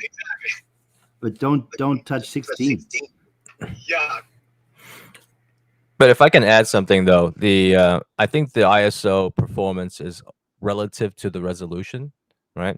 Because if you take a 1600 ISO phase one image and downsample the resolution down to something smaller, that actually helps a lot with the noise, right? Okay. It reduces the size. Yeah, I've done that one, Simon, where I shot IQ4 150, and I reduced the file size to 50 megapixels afterwards, and I shot at 1600 ISO. The noise was almost gone without any noise reduction, right? So it's always relative to that. I mean, if you're gonna keep it at 150 megapixels, yeah, then ISO 1600 is gonna suck. Right. But you know, if you compare that to another camera that say, you know, like a Sony A7R4 or something like that with 60 megapixels, you know, at 60 megapixels, you know, that camera can shoot pretty clean 1600 ISO. But then again, it's probably going to be about the same as a downsampled, you know, phase one, you know, huge file. I made an interesting discovery because phase one was complaining that I still didn't like the 1600. So I did this test. So basically 1600 works really well for fashion, anything talent, but not for a car, because a car has huge homogenic looking areas of one color, like the paint, the door or whatever. And that looks horrible in noisy grain. Whereas if you shoot a person, a clothing, or anything living, not highly technical, you don't mind the grain. It's fine. It looks like film. It looks cinematic or what, a cinema style, you know. But you shoot a car, because I did the test. So I shot the same ISO, same camera, same everything. A person and a car is like, wait a minute, this is the same setting. And I looked at it and I said, like, oh yeah, it's the same setting. It just doesn't look as good on a car. Because last year I shot a job for a bank entirely on 1600 ISO with a phase for 150. It was fine. No one ever complained about the grain and the pictures in the end. It was great. Because you were shooting people. Now I was doing still life for them with liquids. So it was I was shooting alongside a film shoot. I don't know, you may have seen Standard Chartered has a new television commercial out with ink, black and green and blue ink coming in from all sides. And I was there to shoot the ads while they were shooting the film. So I wasn't allowed to use flash. I had to use the film light. So I had to be able to use like f5.6 and 250th on medium format. And the only way I could do that was by going 1600. And it was fine. So there's a question here. Do I use a Black Pro mist filter? This is funny because until last week, I had no idea what it was. I read on Instagram someone asking another photographer, wow, did you use a Pro mist filter? And I was like, what the fuck is that? So I Googled it. I don't even know. What is that? Basically, I forgot because I looked at it and I went, I don't need that. I don't use it. It's a filter that softens everything a little bit, I believe. If the person who asked this maybe can confirm what a Black Pro mist filter really does. Is it like maybe one of those defocus filters that kind of scatters the light a little bit?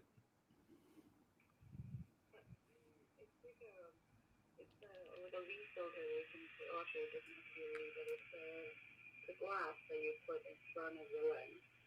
And yeah, it just sort of has this sort of easy look to choose the images. It's really beautiful, actually. It adds what look? Sorry, I didn't get that. It looks kind of hazy. Okay, Hazy, that's it. right. So again, I probably rather start off with a crisp image and haze it a little bit later. In commercial work, in personal work, I'd be with you. If I don't have a client in my neck, and if I don't have to leave all the doors open all the time, because if you're shooting commercially, every single possible door needs to stay open. Meaning, I need to shoot an empty plate. I need to shoot it sharp. I need to shoot it blurred. I need to shoot it left and right and up and down, because later on someone might come and say, oh, can we move the car to the left? I need more real estate to the right. So all of those doors, as I say, need to stay open. But when I shoot for myself, I'd probably use this filter. I'd probably shoot it in camera the way I want it. I don't want to do everything in post, but that's a whole different approach. When I shoot for myself, I shoot it the way I want it to look, with no back doors, no net. If I shoot for a client, I will have to save my ass myself by creating all these options. But where do you draw the line, Simon, when you're shooting for clients? You know, like you're basically creating a big safety net for yourself, just in case they need it after the shoot, right? But you have to draw the line somewhere. Otherwise, you can go on forever.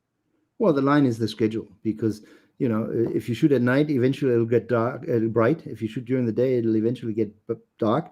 If you have a certain amount of shots to do, and you time your day, and you realize after shot 3, I'm giving you too many options, we're running out of time, then I'm going to say, look, on the next one, no options. Sorry. That's how you draw the line. It's pretty simple, really. Gotcha. Okay, I think we've done with the Porsche. We can move on to some of this. Well, this is somewhat a very editorial looking. Yeah, this is a campaign for an actual campaign for McLaren, and again, they wanted a film kind of look, and I said, let's use film. So this is also shot on Leica with a plus X pan and printed in Leith prints. I love Leith prints, and also same approach. I would photograph it digitally once, and when I had it, I would grab the camera. So this is the digital stuff. So it was used 2 ways. But I was a big fan of the actual film work that we did here. So a lot of these are car to car or pan or real, but sometimes this one is fake, so to speak. The car was static, and we did it all in post. But that was because we didn't have a rig, we didn't have the time. The car was secret. The road was narrow, full of tourists. So whenever someone came, we had to cover it up. So I had to be quick. So I shot some of them fake, so to speak. And this was shot off the Russian arm, because they shot a film there. And because I was brought on early, I was able to talk to the DOP, to the director and everyone. And I was able to rig a Sony camera to the Russian arm. And whenever they left, I couldn't go with them because I didn't have enough space in the car. So I would just put the camera on a whole bunch of settings that I had figured out beforehand. So a fixed aperture and a fixed 60th of a shutter. But I had varying ISO because the shutter and everything was already fixed. I needed to be able to react to different lighting sets. So, and the camera was on autofocus, and then it was on the Russian arm, and it was simply put to take a picture a second. So when they would drive down like 2Ks down the road, they came back, I would have a full car, download it, erase 1,000 images and get maybe 3 nice ones. And that's how all of these orange McLaren driving shots were done. It was so basically the Sony was attached to the Russian arm, which they were in full control of. You had no control. Like they left with that Russian arm car, and you were just standing because there they waiting. were shooting a film. Yes. Yeah, and you just waited for what 20 minutes or whatever. Yes, I was given the other car, the green, and I would be doing still life. So they would come by me and say, "Hey, Simon, you need to swap cards. We're doing this or that," and then I would swap cards. The only reason why this works so well is that we talked about it beforehand. It was balanced. I basically had to sacrifice a whole camera for the 3 days that they were Russian arming, because it had to be mounted the day before the shoot and balanced, and the batteries and the whole thing had to be organized so it worked. And I've done it with them 3 times, and it's a really nice process of achieving good stuff. It'd be nicer if I was in the car and I would see things, but it wasn't possible. Where was the shot, by the way? Almeria, Spain. Have you ever shot in Tenerife? Yes, I have. Yeah, because that's the landscape there is just, it looks Fantastic, like yeah. a different country, a different planet. More barren. Here's more green. It's quite nice. Yeah, so I recommend that you look at this film you're going to click on now. We can't look at it now. Go one further. So the car, and if you look at the film, the car is a complete render. We shot in a secondhand, old, different color Bugatti. Because the good news about Bugattis is they're all pretty much the same shape. We had to take the wing off because it had a different size wing, because we didn't want to retouch it out. So the entire, all of the car scenes that you see will be CG, and it was shot with a standing car, and the standing car had a 360-degree camera on the roof, shooting for reflections. I recommend either check it out on my page or on my Vimeo, because there's also a making of to this, where you can see the whole setup and everything. And you'll also see me shoot Super 8, because there's a few Super 8 scenes in the film where they ended up rendering a car into my Super 8 footage. We can maybe skip these, because apart from the car and the location, there's nothing really special about this. It's just pure daylight in a fucking fantastic location. But maybe we want to go into something where there's more creativity involved. Were these pretty straightforward, these McLaren ones? Yeah, this is almost documentary type, because again, it was alongside a film team. The DOP and I together had lit the set, so it was usable for me and for him. And then, whenever the location was so big that they would be shooting over there when they didn't need the talent, and I would be over here. I would do a pan shot. We would interlace nicely the productions, because usually when you have film and photo productions, they tend to work against each other. The film peeps think of the photography peeps as unimportant, and they can shoot it in 2 minutes. But if your client and your agency briefs you equally, that both parties know we have an equally important job to do. I have to take so and so many pictures, they have to do a film. Let's work together, which we did on Bentley, which we did on 2 different McLaren projects. Then that is a very nice, feasible way of achieving a lot of good stuff. Because, sometimes I would have the DOP next to me and say, look, I didn't get this shot. Can I shoot over your shoulder while you do this? And I said, sure, because I would do a pan shot while he was doing something else from somewhere else. So work together. And was it only just one car? Or did you have no, we 2 just cars? had one car just one car on this. Gotcha. Autochromes. Okay. Yeah, so this is the first time that I decided with my autochrome technique to rent a car and try it with a car, and I was quite happy with the outcome. Maybe you can just flick through them. So what happens is, if things move, like the leaves are never in the same spot twice on the 3 exposures, and also if you shoot the different color channels from the beginning, you control the colors much differently and better than when you shoot regular color. This is like a monochrome, just a regular black and white shot, tweaked, because everything was shot black and white. So sometimes I would just leave it black and white.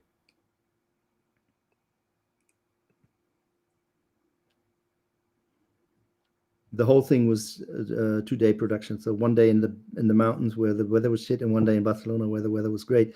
So camera on a tripod, and then just wait 5, 10, 15 minutes and shoot one bracket of RGB, wait 5 minutes, shoot another, wait 5 minutes, because then the sun travels, the shadow changes, and you get these funky outlines. They're real. They're not created. They happened because of my exposing technique, so to speak. And of course, the talent was just shot for one exposure. Correct. Yeah, I would always try to shoot the talent separately, or different camera, or switch to the regular back. Yeah, I like this shot. This is nice. Like, sometimes I wonder for your talent selection for certain jobs is do you have a say in that, or does your client have more of a say? It always depends on who you're working with. Like when I shoot in Korea, you have zero say. They choose everything for you. When you shoot with European companies, they sometimes ask you, sometimes they don't. It's never twice the same. But this is personal work, so I use this dude that I really like. Is he an actual model? Yeah, he's from Spain, and I shot him in South Africa for a project, and realized that he was in Spain. And when I was coming to Spain to shoot this personal thing, I asked him, and he lives somewhere else. So I said to him, "Look, I'll fly you and I'll pay you a hotel." He lives in Madrid, and we shot in Barcelona, so he came over. Got it. It's pretty recent. Yeah, this is a longer. The half of the project was shot in 2017, I believe, and the other half in 2019. It's the same car, same client, same everything. So Panamera, one is hybrid, blah blah blah. Which if you do CG, it doesn't matter because he's still rendering stuff. So this was shot in Seattle. The car is CG. As per typical Porsche. Yeah. Oh, okay. This PDF I created before. So interestingly, although I shot the Milano part of the project in 2019, it only came out half a year ago. So it's not in this PDF yet. So, but this one is a campaign that I really liked. The briefing was war hero photography for a car ad. That was their briefing. And I'm like, okay, what do you mean? And they said, yeah, like heroic soldiers standing in front of the car like they've just won a war. And I'm like, okay. So, it had to be moody. It had to be staged, bigger than larger than life. It was really my type of campaign. Real car, real everything. Real airport. Yep.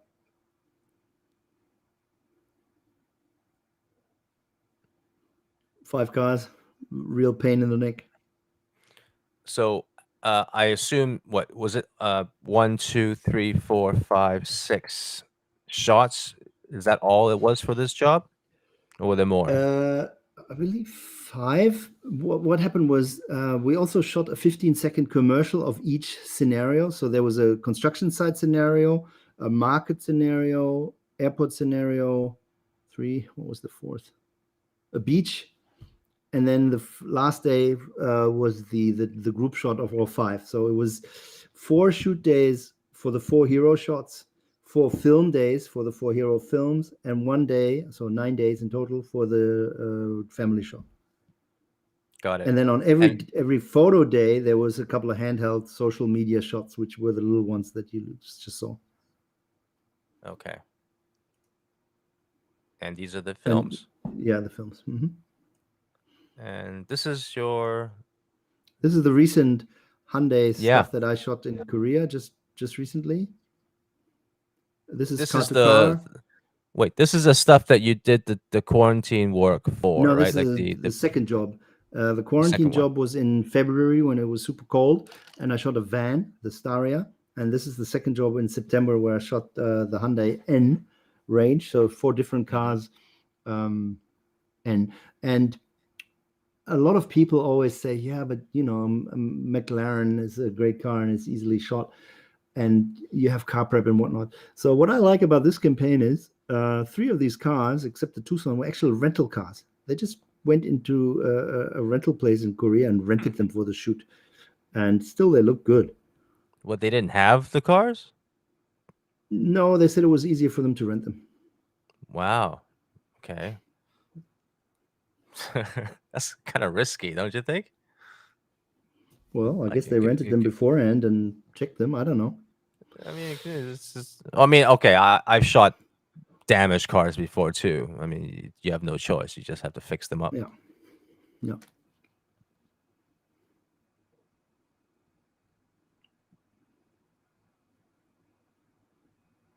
So tell me something. You told me earlier about this kind of a unique situation that you found that the Koreans, the way they work, about time management. Well, on the Staria job, or was it this one? No, Staria.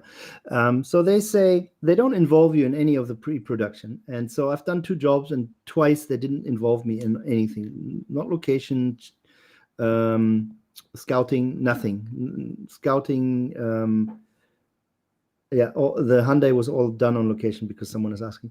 So they involve you in nothing. You just show up, you do a tech scout, obviously on the chosen locations, but you don't get to say, "Ooh, I don't like this location, let's not do it." You just get to look at it and go, "Yeah, we need this and that and this and that." That's it in terms of light. I can choose that, and they're super strong on hierarchy. So they basically advised me, if I don't like the location, don't tell anyone. Just shut up. Just make the most of it. Don't you're going to insult the boss who loves it. And so that's very different in German, because in Germany I could just say to the client, "Look, this location sucks, let's find someone else," and she would go, "Oh yeah, cool, I trust you." But in Korea you would insult the person who chose this location, so you don't do that. So you just zip it. On the first job that I did, the schedule was so hectic that I said, "Look guys, we're going to just be shooting forever. What about overtime?" And they said, "No, we have this other plan. Always after 12 hours, you leave, and a Korean team comes in and takes over your set." And I was like, "What?" They said, "Yeah, that's how we do it. Someone else will come. You take your camera, leave the light if you want. If you don't want to leave the light because you feel they should redo it, then it's also fine." But I left it. I didn't care. I just took my camera and went home. Korean photographer came and said, "Hello, Simon." I said, "Hello, Kim," and left. And then Kim would take over. So you left a shot half done because Yeah. of overtime, and then they basically came in, kind of looked around your set, figured it out, and just kept going? Yes, I must admit that I never saw what they did. They never showed me. I don't know the photographer except his first name, so I have no idea how they finished it. So I don't know. But I usually try to not leave them anything half done. I usually try to finish my thing and fuck off, rather than leave them half a shot. But I still found it the most weird situation that I've ever encountered. But, And you had no when say. in Basically, Rome, you were kicked out. yes. Wow. They wanted to avoid Okay. overtime. And, if they had asked me how much overtime it would have been not a big amount. So basically, but again, I tried to tell the producer that I would be flexible, and he said, don't, we're not going to tell anyone. Just play along. I said, "Why?" And he said, "It's better for you. You'll get more jobs if you just play along." And sure enough, they came back. They came back really quickly. I had this really weird experience years ago when I shot in Japan. So we went to the rental place, and whenever I would say, "would like 2 lamps of these," the producer would say something in Japanese to the guy. And eventually I said to him, "What do you keep telling him after I order?" And he said, "Oh, I tell him to quadruple everything you say." I said, "What?" "Yeah," he says, "if you rent one 6K, no one is ever going to hire you in Japan again if you show up with like only 5 lights. In Japan, you're a good photographer if you're using 25 lights." So whenever I was ordering one, he would say to the guy, "Make it 4." And when we were shooting, he made me switch on a 12K that I didn't need and hadn't even ordered. He said, "You need to switch it on. We rented it. You need to switch it on." I said, "What do I do with it?" And he said, "Bounce it off the black ceiling." So we bounced the fucking 12K of a black ceiling, just because that's how they do it in Japan. So it's a status symbol? Yes. Yeah. Gotcha. The more light you use, the better you must be. Of course, it makes perfect sense. I completely beg to differ. I think if you can make a good shot with little amount of light, you're the better guy. But Well, I think maybe in case someone's like hiding behind a tree, or with a cell phone and taking a oh, photo of Instagram. let me tell you one more thing. In Korea, and maybe it's just Hyundai, I don't know, but they had also hired the spy photographer. So they introduced me to the spy photographer and said, "This is our spy photographer." And I said, "What do you mean?" They said, "Okay, so whenever there's a spy photograph of our car on the internet, we buy the picture of the guy, we pay him a decent amount of money, and then we replace his picture with our picture." So whenever I was shooting, the spy photographer would be behind a tree, behind a wall, and he would act like he was a spy photographer and take pictures with things in the foreground, like sometimes my camera, sometimes my shoulder.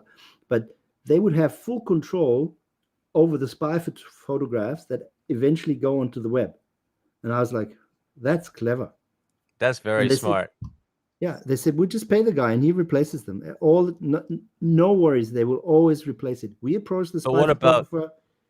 what about the other real spy photographer that wasn't hired?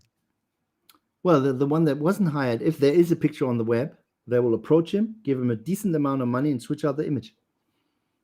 So what do they switch off? Like, why not use the authentic spy photo versus the fake Well, one? usually the spy photographer. So in this shot here that we're looking at, my camera was 8 meters away. So in 7, 8, or 9 meters, the car will look good. But usually the spy photographer is then 25 meters away, and the car doesn't look as good. That's why they want to swap it out against the spy photographer who has a similar perspective. Oh, so you basically make believing that the spy photographer somehow found his way on set and got a closer shot. I didn't go so deep in investigating their spy photography thing, but there was always a spy photographer on He's set. a really good spy photographer that he found his way, broke into your set, Yeah, and got a closer shot. Well, Totally yeah. believable. It works. It works for them. I think it's a good idea. So okay, Staria. This is the first one. Yeah, Was that's it? the van. Yeah, exactly. That was the shot after the quarantine. So that was like a studio shot and outdoor shot. And this is February, and it was like minus 6 degrees Celsius in Korea. It was really cold. Sunny, God, but cold. doesn't look like it's that cold. It was freezing.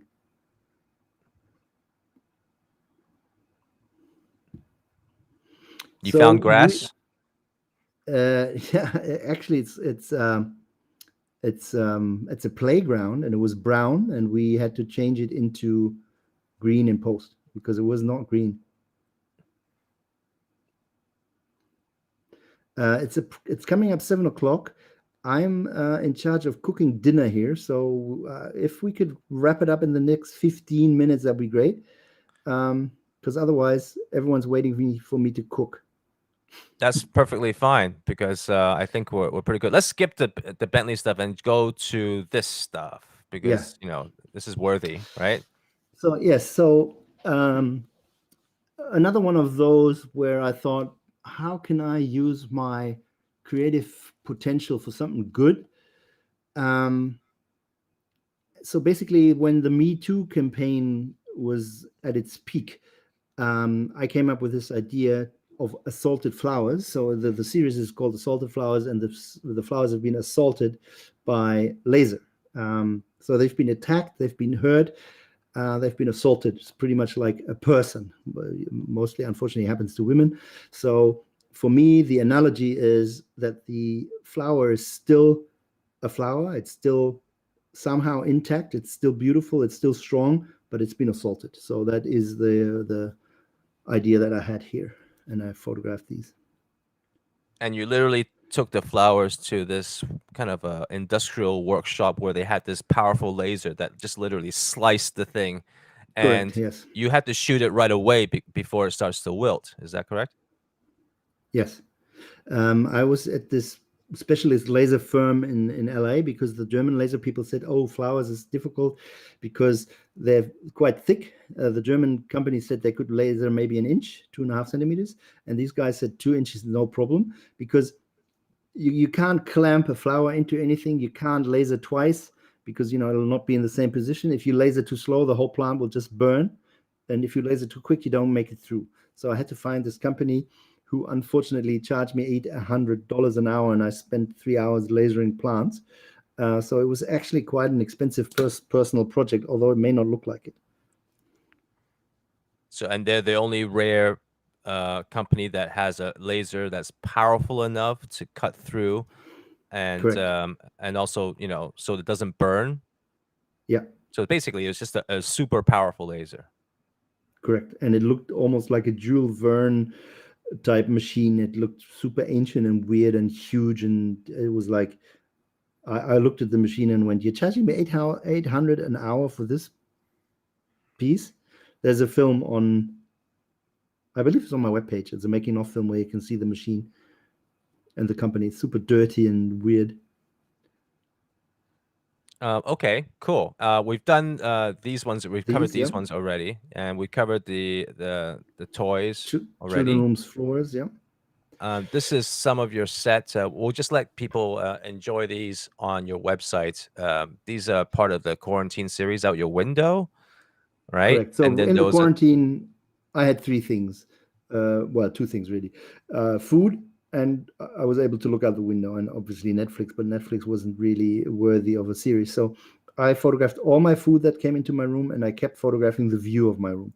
And then on top of that, I filmed myself the whole time, and I had my podcast microphone set up with me, and I also had that was a very nice coincidence. I had bought a red Komodo like 4 months before the travel, but it never came. So it only came like a week before the travel, and I was like, well, this is a good time, 2 weeks in a room with a Komodo to learn how it works. So I filmed myself with a Komodo. I used my microphone to talk to myself basically and say how I feel, how it feels, what do I see, how is it, the food was cold, and basically turned it into a 21-minute documentary about my 14 days in that room. And as I mentioned earlier, has won me 3 different awards. awesome. So And last question for you, since yes. you spoke about awards.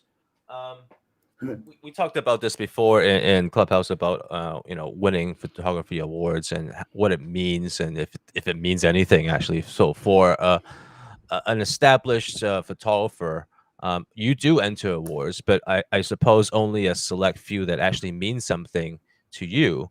So what's your opinion about awards in general?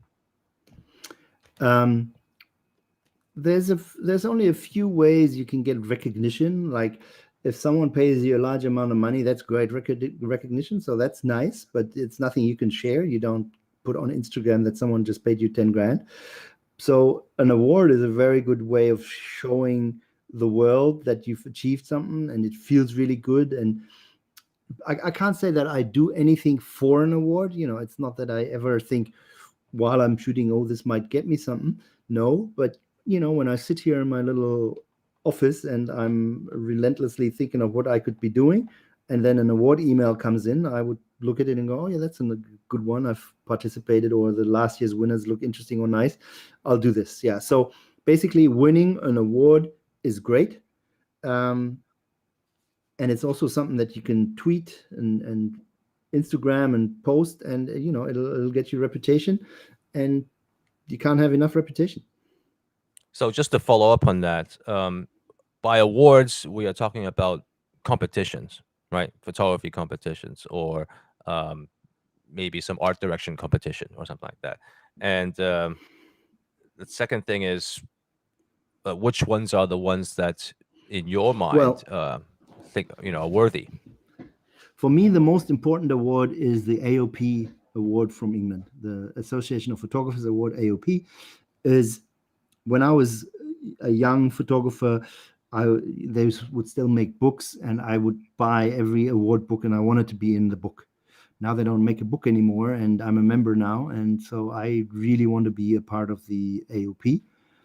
And I only recently joined the AOP, I don't know, 3 years ago. And the first year or 2 years, I didn't win anything. But then I won one AOP award with Naked in the Kitchen. And then the year after, I won 2 AOP Gold Awards in 1 year, all three with personal projects. I won for my forest bathing film, which is a trichromatic film of a forest. And I won for,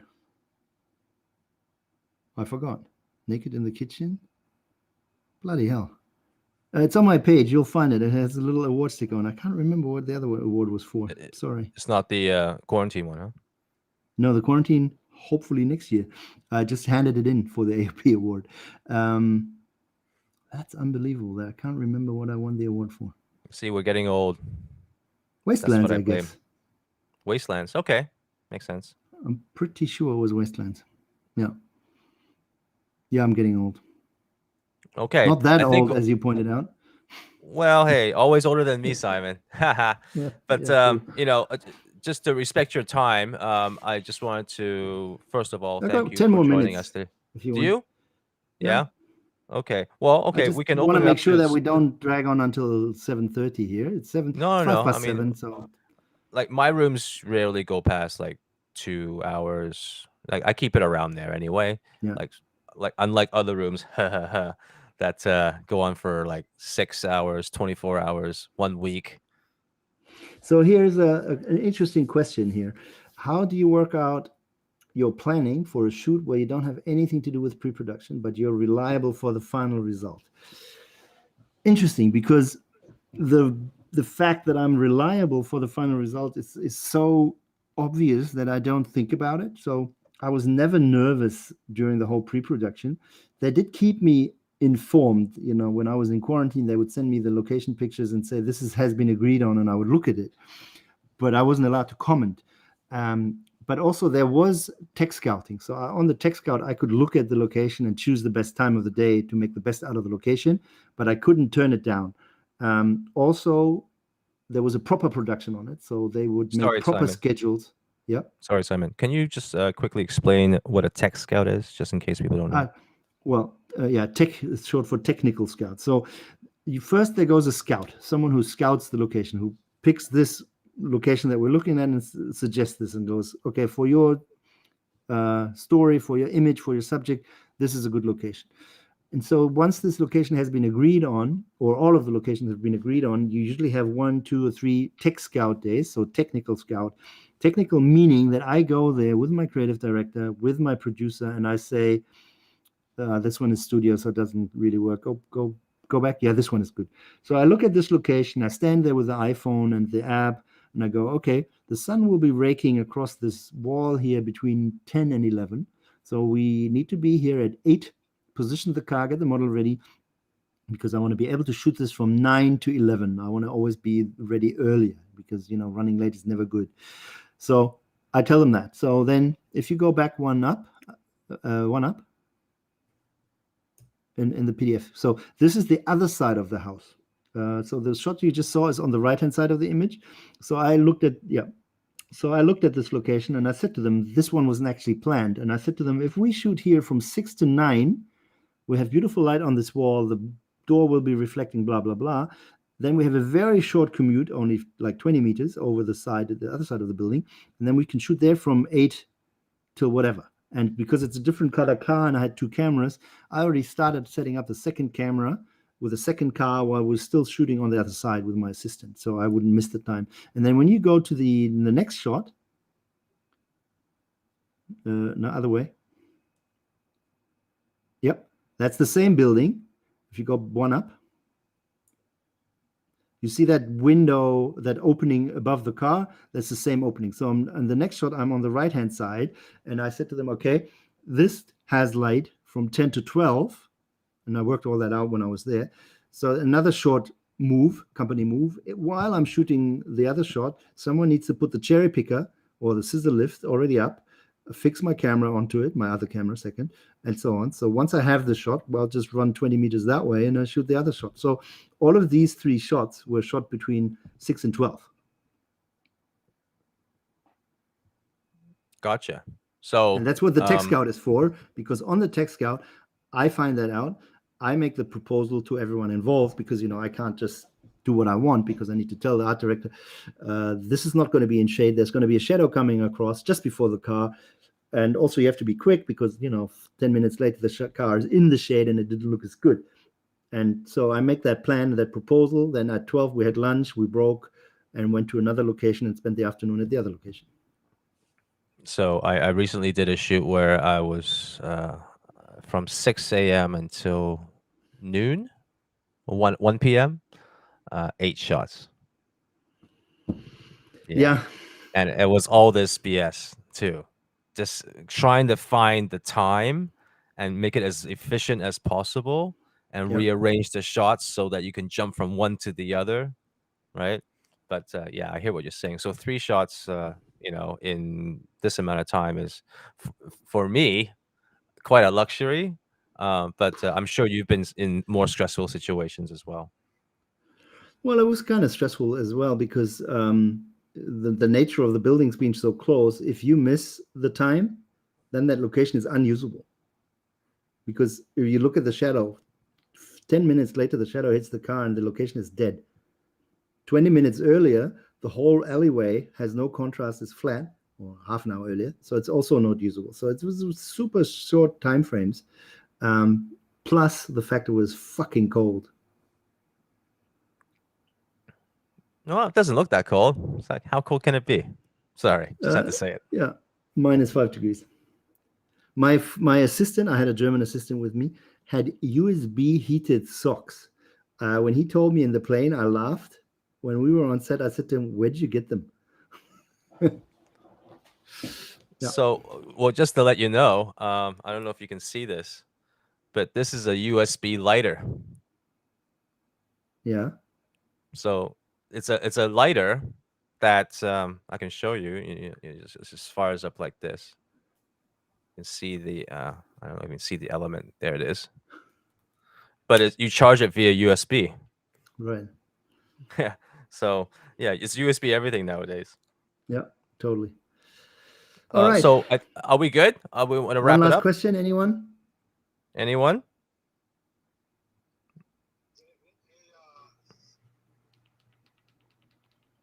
Hans or Hans, would you like to go? I think Michael had a something to say earlier. So Okay. Where do you normally get your inspiration from? Let's How do you plan your shoots? if you can Very repeat good that question, Simon, for the YouTube crowd. how do I get my inspiration? I always say a very cheeky way, by living, but just keeping my eyes open. It's not that, I watch Netflix, I go to the movies, I read a book, I go to a theater, I go jogging. That's just by living. It's nothing particular. I can't say, look, because I read Vogue, because I don't, because I do this or that. It's a summary, the addition of everything that gives me inspiration. Also, it's not so much inspiration because I don't look what Nick Knight does or whoever does. It's more like ideas. And ideas just come. And this is very private, but I can tell you there's 3 spots or 3 instances where I have ideas. One is taking a shit, one is taking a shower, and one is jogging. Those are the 3 moments where I have my ideas. You're gonna get me banned on YouTube for swearing so much, eh? Oh, sorry. Maybe I should have Fucking told hell. you that. Maybe I should have told you that in the beginning. Yeah. It's too effing late. Yeah. Yeah. So that's how it goes. Do you have time for Michael's question before we leave? Yep. Michael, you're up. Yeah, Simon. I was looking at an interior and I heard like working with the 35. Is that the 35 inside of that interior of that Lexus that looks so much wider? Lexus. Yeah, it could be. I don't know if it's a Lexus. I think it's a Lexus. So for the phase 1, I have a 28. I don't like using it because it's a little bit soft. It's an old lens. The 35 is a new lens, so it's much sharper. And I don't think they make a new 28 yet. So usually I try to shoot with a 35, sorry. But recently I kind of accidentally bought a 14 Sigma for the Sony.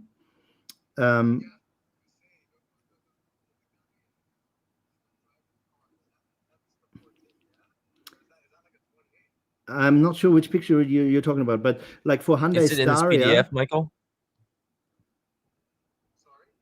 Is it in his PDF that we can share on screen? Ah, okay.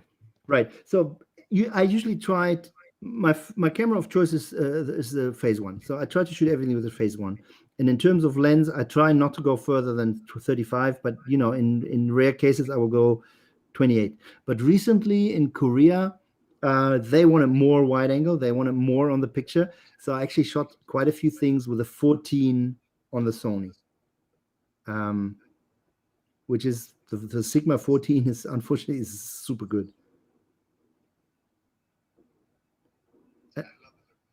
Yeah, and I don't think I've used it for anything but interiors.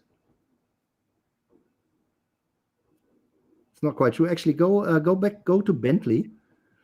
There's it's an interesting story. So if you go to Bentley, further up, Up up. Okay, stop. here. Click there somewhere. Not this one. Keep going. No, keep going. Oh, it's not here. Too bad. So there's a shot of a Bentley in a profile, white Bentley profile shot. It's not in the PDF. It's on the webpage. Going past this interestingly shaped white building and a bridge on the right. That was shot with a Sigma 14 because on the proper shoot day where I had an Alpa and the permit and everything, it was overcast like no tomorrow. It was shit weather. So on the day I left LA to fly home, the weather was so fantastic that I said to the producer, can you drop me off at that location? And I took the same shot again, handheld with a 14. And then we quickly took a sphere. So basically, the actual final shot that you see was shot without a permit, real quick, stolen on the travel day, because on the photo day, everything was shit. So the 14 is a good lens. You know what? I'll reserve the last question for myself, Simon. Have you ever tried to recreate the sun because the weather was bad? More than And once. if so, how did you do it? Because of Now course, the question is, have you ever succeeded? And the yeah. answer Well, is have you? no. Well, I have created pictures where the client, given the choice of using the picture or reshooting it for 10 grand, said the picture is good enough. But to really fake the sun is not possible unless you have like I don't know, 40K a mile away or something, because basically whenever you use strobe, it's too close, and if you have shadows, they diverge and instead of being parallel like the sun because it's miles away, like here you see the light and shade on the street, it's parallel. If you use the flash, it'll be going that way. Yep. And I have once in Spain lit an entire cobblestone road by taking like 25 shots of the flash being, we basically divided the road into a grid and went flash, flash, flash, meter forward, or 5, flash, flash, flash. So we basically lit the whole cobblestone for like 200 meters by using 25 exposures with flash. But the shot was CG, and the building was in shade. The sun was supposed to be behind the building, so the building was in shade, and only the street needed the light. So that was something where we made it. And because the car was CG, we could just give it a sphere where it was sunny. But if it had been a real car, we would have failed. Right. But yes, I have tried helping out the sun with flash, yes. But you can't recreate the entire thing, huh? Not really. But yeah, I mean, as I said, you can often do a good enough job so you don't have to come again and spend more of the client's money. Right. Okay. Cool. So I think Alrighty. now is a good time, right? So just wanted to thank you again for coming in. Let's not say Welcome. it's the Thank only you guys time, for but listening. I think this is a good, a great room that we always have going. Thanks for everyone who joined us. Simon, I'm gonna just text you separately about some NFT stuff. Maybe we Right. can do another talk about that some other time on Clubhouse or YouTube or whatever. But Okay. you're getting into it. I'm thinking about it, and I think you're a good guy to talk to about that. But I think on behalf of everyone on Clubhouse and on YouTube, thanks again for your time. So And if I really anyone appreciate it. wants to make themselves and me a really lovely Christmas present, go to foundation.app, search for me, and buy one of my pictures. That'll be a fantastic present for the two of us. All right. Thank you. All right. Thanks, Simon. Later. Bye.